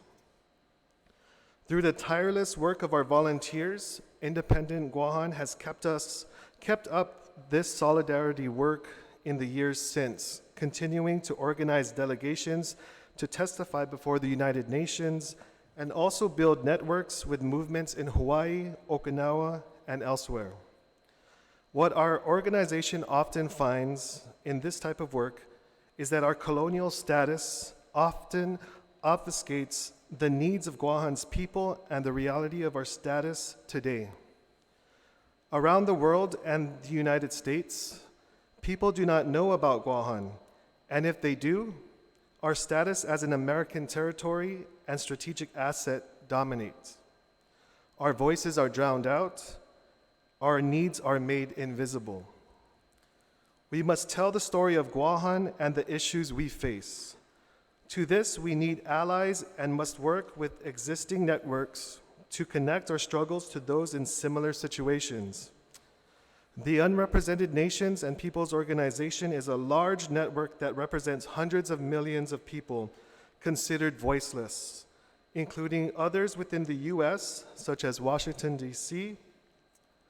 Joining their ranks will not solve anything overnight, but it can represent an important step in getting our story, the story of Guahan's continuing colonization and desire for decolonization, to the world's ears. In the words of feminist Sarah Ahmed, solidarity does not assume that our struggles are the same struggles, or that our pain is the same pain, or that our hope is for the same future. Solidarity involves commitment and work, as well as the recognition that even if we do not have the same feelings, or the same lives, or the same bodies, we do live on common ground. Suzuis Masi. Sizus Masi, Mr. Guerrero, thank you for your presentation. Before I open up for questions, my colleague, Senator Taitigui, has a committed engagement. I will allow her to comment at this time. Please proceed. Thank you, Madam Chair, and thank you everyone for being here. Senator Castrobo. The three of you, you said you're from what? An interning? Are you interning with the Speaker's office, the three of you? Yes, we are. Okay, so you're from the Speaker's office. Okay. Well, again, I'd like to thank you for being here today, Dr. B. I don't want to mess up the last name, so. But I appreciate your comments. Looking forward to having someone translate most of it. I'm catching tidbits of it, and it is very important for me to understand your comments, and I will have it translated. I'll submit them via printout too, as well. Okay, I know some of it, I'm not that fluent, but I understand some of it, so I really appreciate it. The only thing I have is to make comment. Actually, I spoke to my colleague, Senator Taituno, so she's going to address what's on page 3. So I thank you, Senator Taituno, for addressing that. It was a concern I have on that section. And the only other thing I have is, who is going to put the application through? Is it going to be coming from Guam, the governor? Is the application going to be coming from, Mr. Wampat Borja as the decolonization director? And I think, if anything, it should stay the course. I understand a lot of things, the concerns about the United Nations, and that's a great concern for myself as well. Of all the work, Ron Tehan and Dr. Underwood, as well as yourself, were great advocates toward that, and I don't want to see any of that be misinterpreted, wrongly. And so I greatly appreciate again everyone, and wish everyone a Merry Christmas to you all, and safe driving. Sizus Masi, Senator Taitigui. Before I ask any of the questions, I just also want to note for the record that there are several other folks who presented written testimony. I just want to note their names for the record. There's an Errol Mitchell who presented testimony in support. I do have Elizabeth Bauman and Leilani Rainier Ganser, who also presented testimony. First of all, before I ask my colleague to share her comments, I'd like to say thank you for all of you for taking the time to be here and stay here even after 5 to present your oral testimony to our listening audience here on our island. I want to say that it's very important as we continue this efforts moving forward. We've been at this for over 7 decades, as noted in previous testimony, and I think it's important that in order for us to share with our community how we want to govern ourselves, we should never give up. We only fail if we stop trying. And based on the history that has been provided, I want to say that it is presentations like this and advocation like this that is really important so that our community can have a better understanding of how we want to proceed based on what our previous lawmakers, our previous community, our previous leaders have been able to try and to promote and move forward. So I will pose a question to the Public Policy Institute and ask for their honest answer. In any way, did Speaker Muña Barnes or the Office of Speaker Muña Barnes force you to write testimony in support of this resolution? I'll start with you, Ms. Annalee. Absolutely not. This was up to us whether we wanted to support or not. While it is a requirement to testify in a public hearing, being here was our choice, and our stance is also our choice. Si Diyos Masi, Ms. Gwendolyn. Just like what Annalena said, we weren't forced to do anything. Just beginning this internship, we were told that we can choose any project we wanted, and the 3 of us came to the conclusion that this was the most important to our island at the moment. So we all feel very strongly about this, and we feel that with the help of the 35th legislature, the youth of Guam can really make a difference. Thank you, Ms. Yang. Mr. Kang. Just like Annalena and Gwen, we hadn't had any pressures in these, and we also had the options to choose other projects. But I really do support in Guam joining the UNPO and this resolution. Thank you.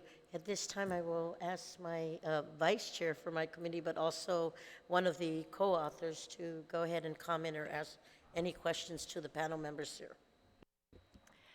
Sidus Masi, Madam Chair, and as has been shared, Sidus Masi for coming out here and taking the time. I know from your statements and from my experience with some of you more than others, but how deeply committed you are to these issues and how important it is. And so we just thank you for continuing that effort, continuing that drive, because it's not an easy road. As the executive director for the Commission on Decolonization was saying, it's a marathon. And I know some of you have been at this for decades. And, I did also want to say it's so important to hear from the many perspectives and experiences that you represent. From those such as Gehelu Hope Cristobal, a former senator, but someone who's been at the forefront of the effort of Chamorro decolonization for decades. From those in leadership and educational positions, and then those of the next generation who are studying these issues and making their way through all of this as well, to form your own opinions and to pave your own path as to how you are going to deal with these issues that we continue to find ourselves in 120 years after we were taken over by the United States and 300 years after this colonization has begun. So for Gehelu Hope, I say Undunkalu Nisiduas Masi for setting the course straight at those times where it might get muddled. And the words that you shared, the insight that you shared, were so important for that. In many ways, I see you as serving as a navigator through those choppy waters that is our path towards decolonization. And I know for the speaker and myself, we will definitely be going through the resolution and picking up on those points because we want clarity, we want consistency, they're necessary. And so just for the record, some of the areas that are along the same lines as you're discussing is that this resolution, it needs to be clear, and it needs to be clear that what we're trying to do with this membership is to further our path on decolonization. And on page 3 is where I think there are several areas where that can really be strengthened and clarified. So in that statement of never having been given the ability to voice their opinion or make a decision, I think perhaps if we added the statement regarding determining their political status, then that makes it clear what type of voice we're talking about, what situation we're talking about, and what this course is that we're meant to be on. And then later on, I'd like to strengthen the language where it talks about not just the right to self-determine, but in the UNPO, they have said, and we see similar language elsewhere, like in the indigenous rights of, the rights of indigenous peoples, is that it's an inalienable right. So I think we should be strengthening it. And what is often done in referring to Native and indigenous peoples, so that understanding that they are recognized as such is they capitalize it. Another area I see that needs clarification here is it has been Chamorros and others who serve as allies of Guam that have appealed to the United States. But specifically, that way has been led and paved by Chamorros seeking that redress. And there has been support of others along the way, but I'm hoping that that's some of the clarification that you're seeking. And the last one there, again on page 3, is to talk about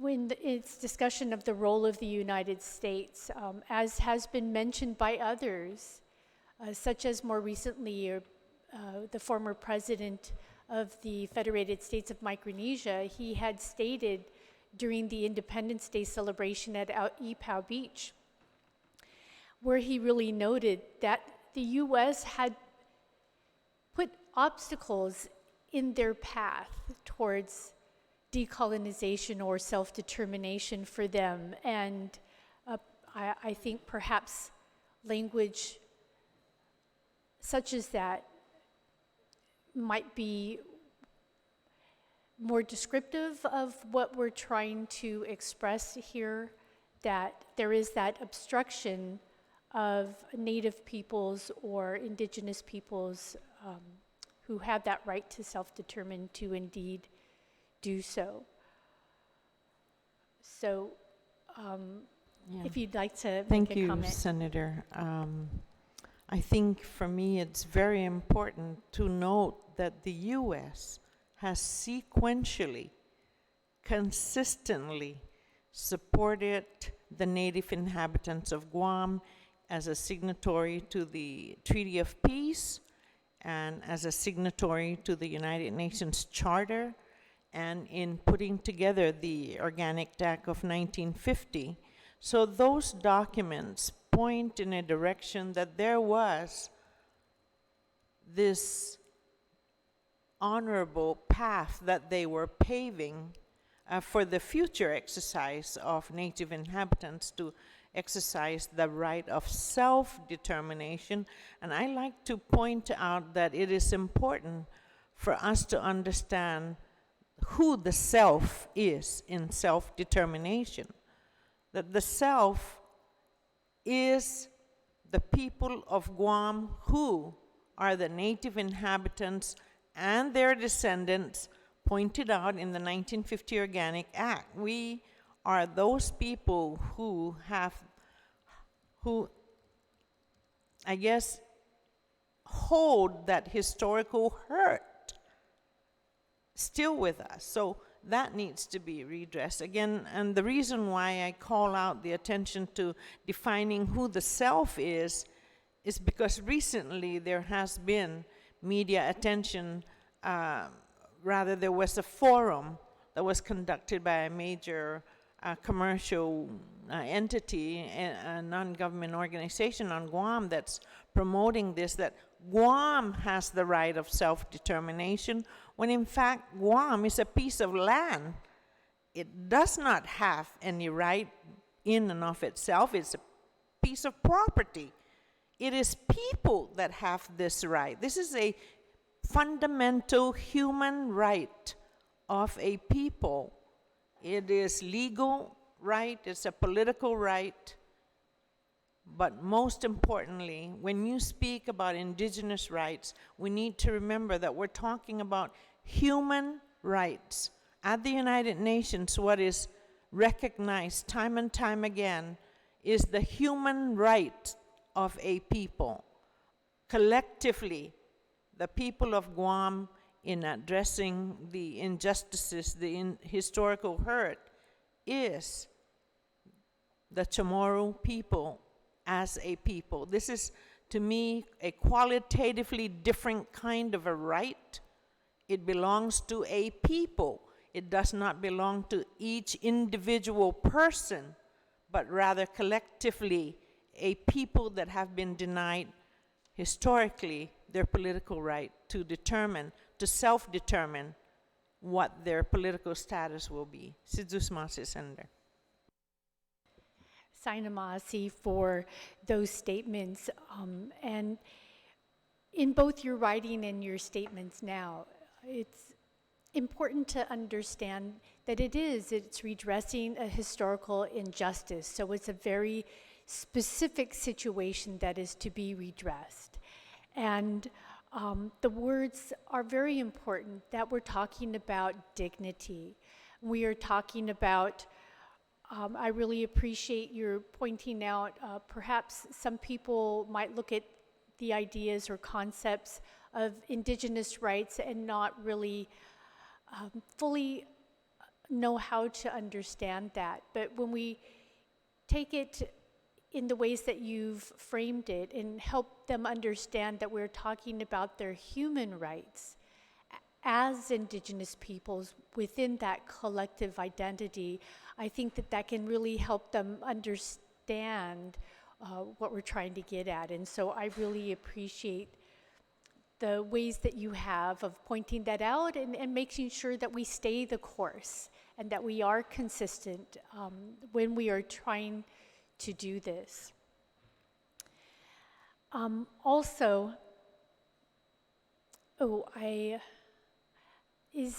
we know, is the executive director, is he able to come back? No, he won't. If there's any other questions, we can. I see, okay, so, I know that you're part of the Commission on Decolonization, so perhaps I can ask you some of the questions that I had for him. And if not, I can, as the speaker was mentioning, we can forward them to him and get the answers put into the committee record later. Should the resolution go forward and should we be accepted by the UNPO? What do you see as priorities for what we are seeking? There's a lot of potential there, and they do a lot of different types of work. It sounds like they have a lot of different types of subcommittees and things like that. But are there some priorities, especially since we haven't finished our educational campaign nor had our plebiscite? Perhaps you have some answers, Dr. Bavakwa? Sure. So there are different things that the organization already has campaigns for or is already pushing on, and Guam could join some of those.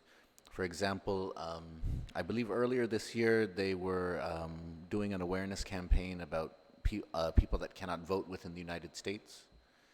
And so they were trying to draw attention to Puerto Ricans, people in Guam, American Samoa, and so on, Washington, D.C., and sort of drawing attention to that contradiction and hypocrisy in American democracy. And so there's ways that, for example, that Guam can fit into that. But one of the things that I really like about it, though, is that there's certain things that we face in Guam, and we're not used to seeing it. Your average person is not used to seeing it in the way that they see something, for example, that's happening in the Amazon, right? That's sort of the ways in which the environment is being impacted there. There's sort of a bubble of privilege, a first world sort of privilege in which we see things happening on Guam. But in truth, if we sort of take away that privilege, we will see that what people on Guam, and in particular Chamorros, face is similar to what indigenous people around the world are facing. And so there's many campaigns around sort of access to resources, control over natural resources, which the UNPO has pushed for. And so there's ways that we would fit into that. And I think I always find it very interesting when I'll be on Facebook and somebody from Guam will share something about, oh my goodness, look at what's happening in the Amazon. Or, oh my goodness, look at what's happening to these people there. But in my mind, I'll think, why aren't you connecting that to what we're experiencing here? Because it's a similar situation. And so one thing that I like about the UNPO is however we connect, it can help sort of elevate our profile so that when people are thinking, for example, about the Amazon is burning down, what are we going to do? They can help to sort of include Guam in this discussion about resources and so on, indigenous people that are being threatened by things such as militarization and so on. We can be connected in that, and more people will see Guam, because when you think about it, one of the big issues that we face is most people in the United States and in the world don't know about Guam, and they don't see Guam as an issue that has to be attended to or dealt with. So you want to appear to be an issue that somebody needs to do something about. I mean,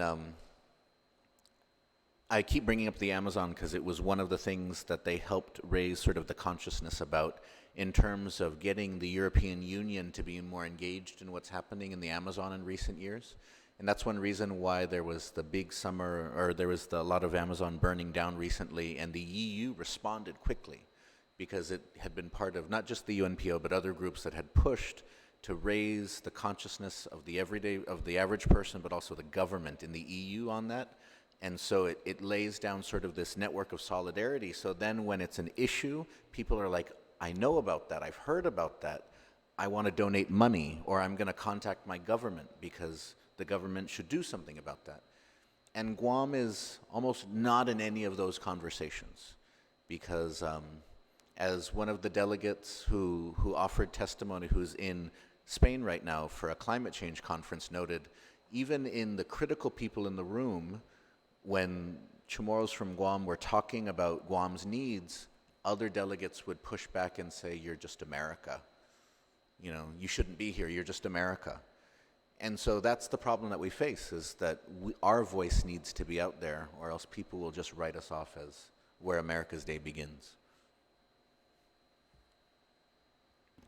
Sejus Masi, Pera Enau, and the points that you're making are very important for us to be thinking about.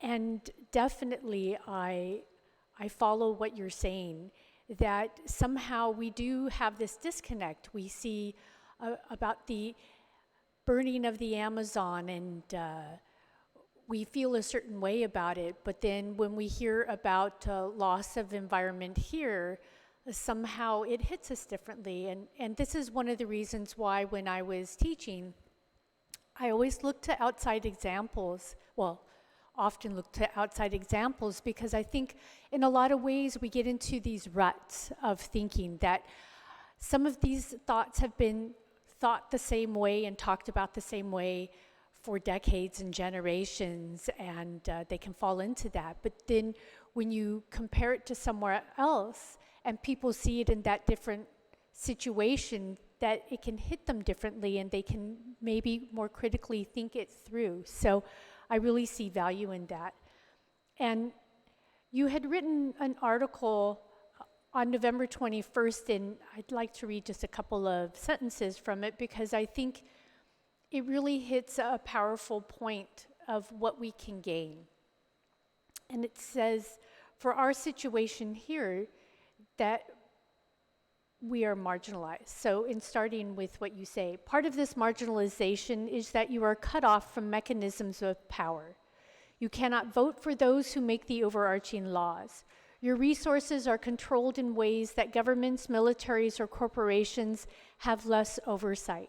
You exist in a system where, for one reason or another, you are not supposed to have a voice.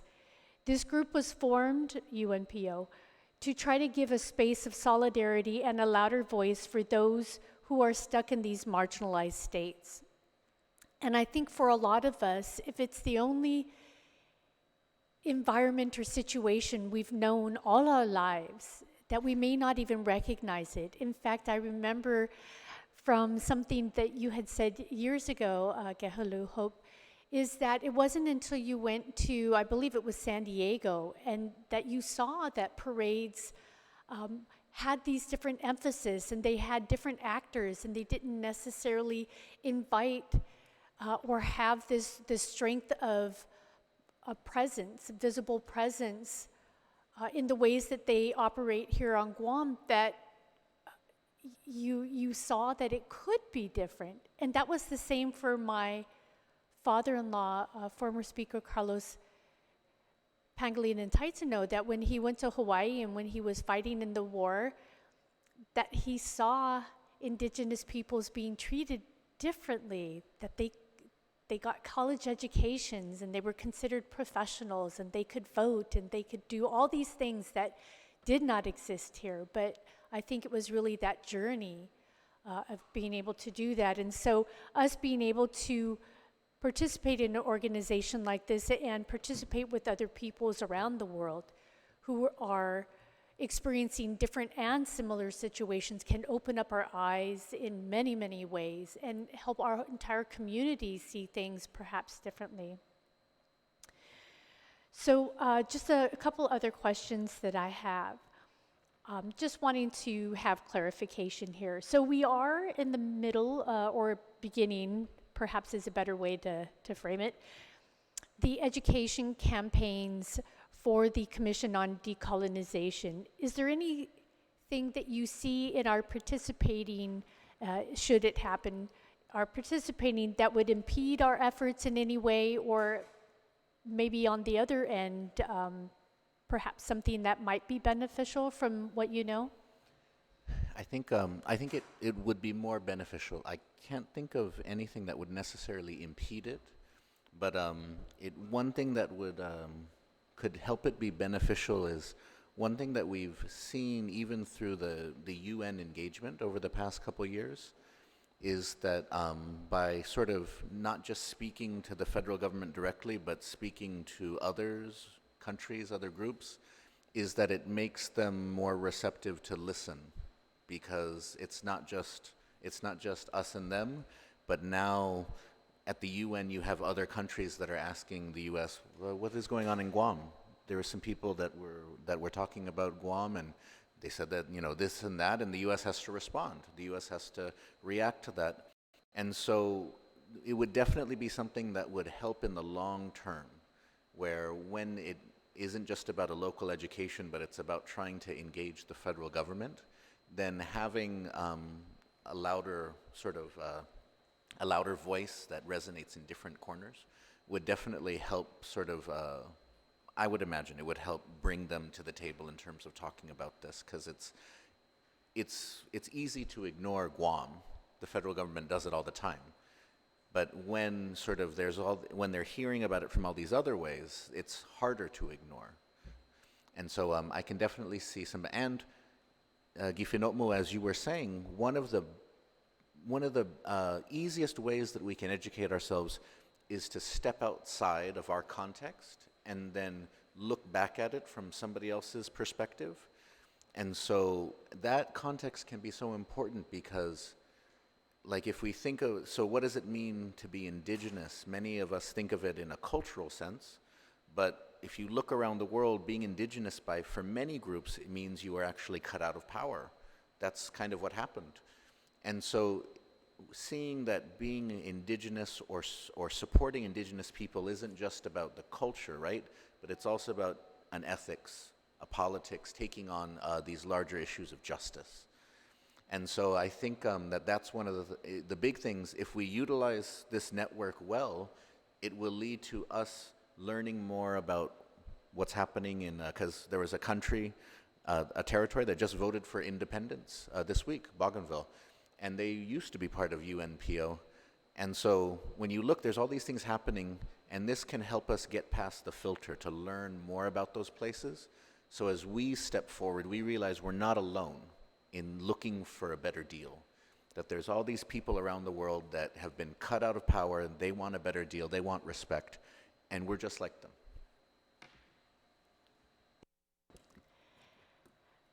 Very good. And so I thank you for that information and that perspective. And one of the most powerful things that I remember hearing just recently, and I was so glad that it was able to be shared here by other peoples that are also working to gain more authority over themselves as a peoples. And they pointed out, the number was, it was either 250 million or 300 million, but she said it's the largest movement that is happening. We have 250 to 300 million people around the world that are standing up for indigenous rights and for Native rights and for making sure that historical injustices are addressed. And so I just wanted to point that out again. It's this really large movement, and the UNPO, it has 44 different peoples that have been recognized. And as you're pointing out, and as is pointed out in one of the testimonies, it's there in the resolution, but just to underscore it, that there are success stories from those who are participated. Palau was one of the founding members, and they have succeeded in that effort. And not only that, in the testimony that we had from Ms. Sema, it was really touching to me, where at the end she said that they've been part of this after she just emphasized the importance of international pressure, because it does work, is that she said she's looking forward to the day where we can proudly say we are no longer a member of the UNPO. And should we get into the organization, I think that would be our hopes as well, as we would look forward to that day. Just the last question, and I think it's just important to clarify it. So by participating here, right now we're at that educational point. We haven't gone farther than that. We're trying to make it a really strong educational campaign, because I think most of us have a lot to learn, including myself. That every day there's something more to learn, no matter how long we've studied it already. So does participating in an organization like this, is it going to limit us to just, do they focus on just one status option? Do you think it's going to limit us to only one option that they tend to lobby for? If you could discuss that a bit. And so I don't think it would, because if we look at sort of the different members that have been a part of it, some of them have sought independence, and others have sought assistance in negotiating with the governments. And so, the groups want completely different things in a certain way, right? It isn't that you want inclusion or you want independence. It is really just that you are in a position where you are left out of power, where you are unrepresented, where there's no one, where, as we discussed, laws are made, they're not made with you in mind, but they affect you. And so that's, so it, I don't think, I've never seen anything where it was that they were specifically focusing on any status in that sense, because when we look at the diversity of groups that are part of it, some of them wouldn't necessarily want independence. DC, for example, those that are coming from Washington, DC want full incorporation, equality. But then there's other groups that want their own state. They want to become independent and have their own state. And so the fact that there's room for all these groups shows that they create a foundation based on lack of representation, lack of rights, but then from there they find the issues that connect these peoples, and then they sort of promote and campaign based on those things. So they take up issues of environmental protection, of education, literacy, voting rights, all of these things, and then when they take up those campaigns, then those places that have issues related to that are kind of roped into it and become part of the outreach and the education. So I would, and that's why I mentioned the issue of voting rights earlier, because they were promoting that issue, and there are people on Guam that care deeply about that issue. I personally wouldn't necessarily want to vote in the United States, but and be incorporated, that's not my preferred future for the island. But that's a testament to UNPO, is that it's not about just independence, because there are peoples that would like an equal say in the country they're in, and they deserve to have a voice too.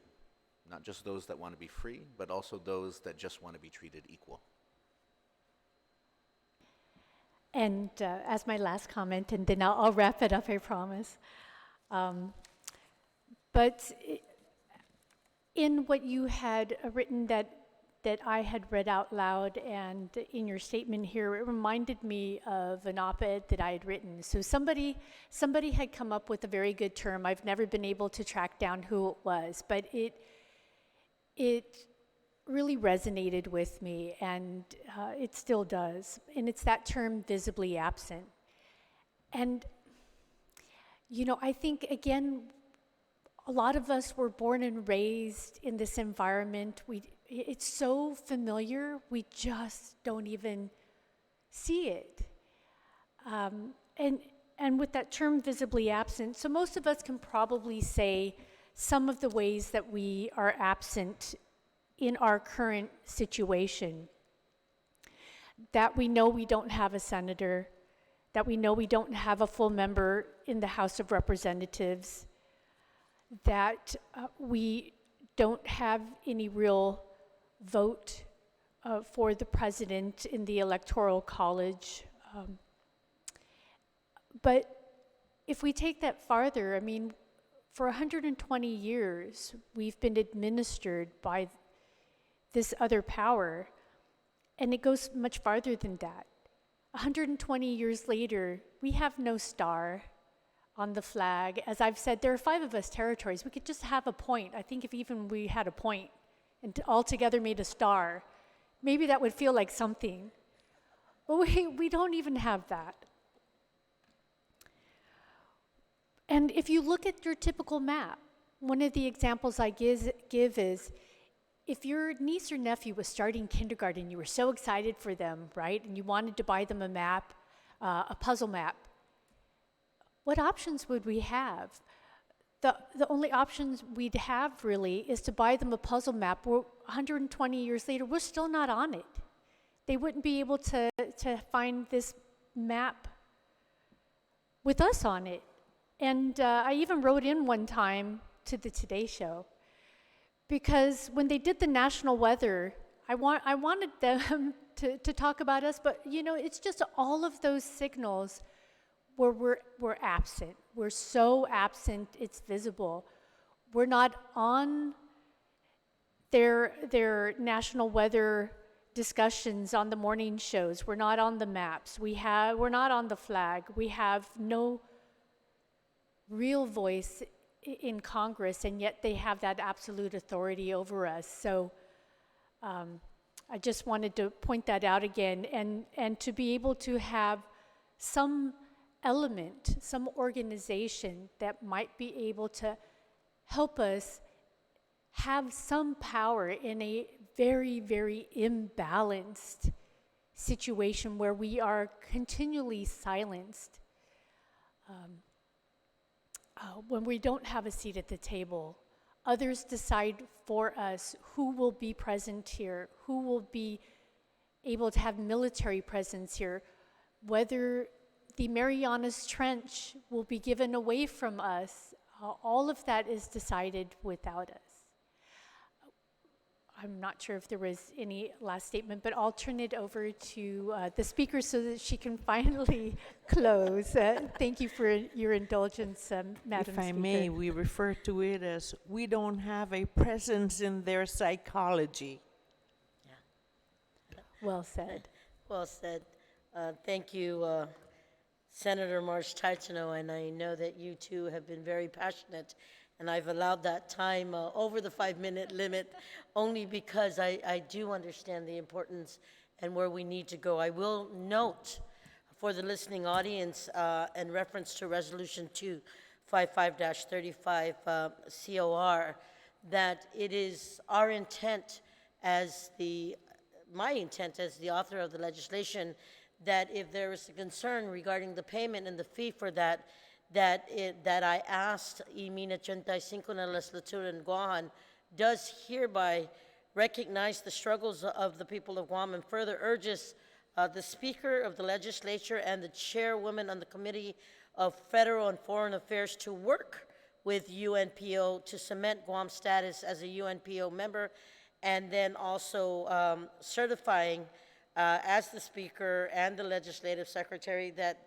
this adoption be transmitted to our Magahaga so we can continue our relationship with working with the administration and seeing our cause. I will note for the record that Independent Guahan is here and their efforts of moving this forward. And in no way that this is in support or not in support of independence, but we did note that whether it be statehood, free association, or independence, that we need that voice. And we've been here decades later, and we still don't have that voice. And leadership begins with listening. I've heard the concerns. I've gone through the presentations. And this is one way that we can step up to even look at another alternative to help with our voice so that we can be heard. I did receive a note to ask that Ms.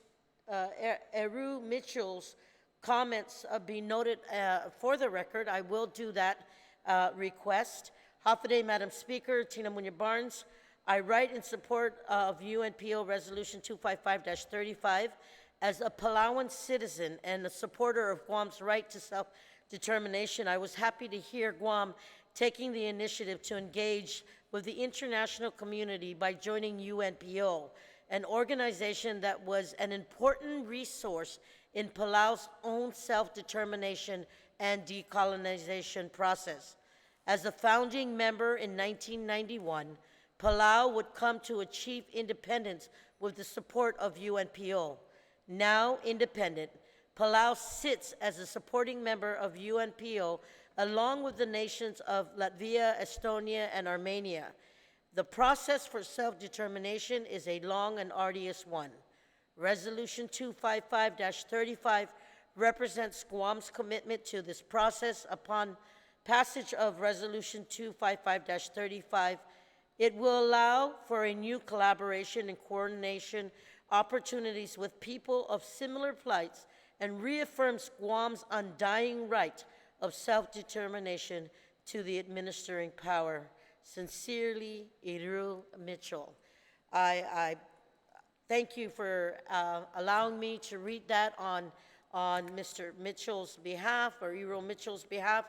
I think it was important that they want it read so that the listening audience can know, because Palau is part of our blue continent, a part of the islands, the Pacific Island nations that are very close to us and that are part with us in not just the Association of Pacific Island Legislatures, but also with others like APIO and other organizations that continue to bring the forefront of little countries that want to come together. So I want to be clear that this is the leadership of the legislature stepping up to the plate, asking to work closely with the administration and Imagahaga Guahan, and of course the Segundo Magalahi.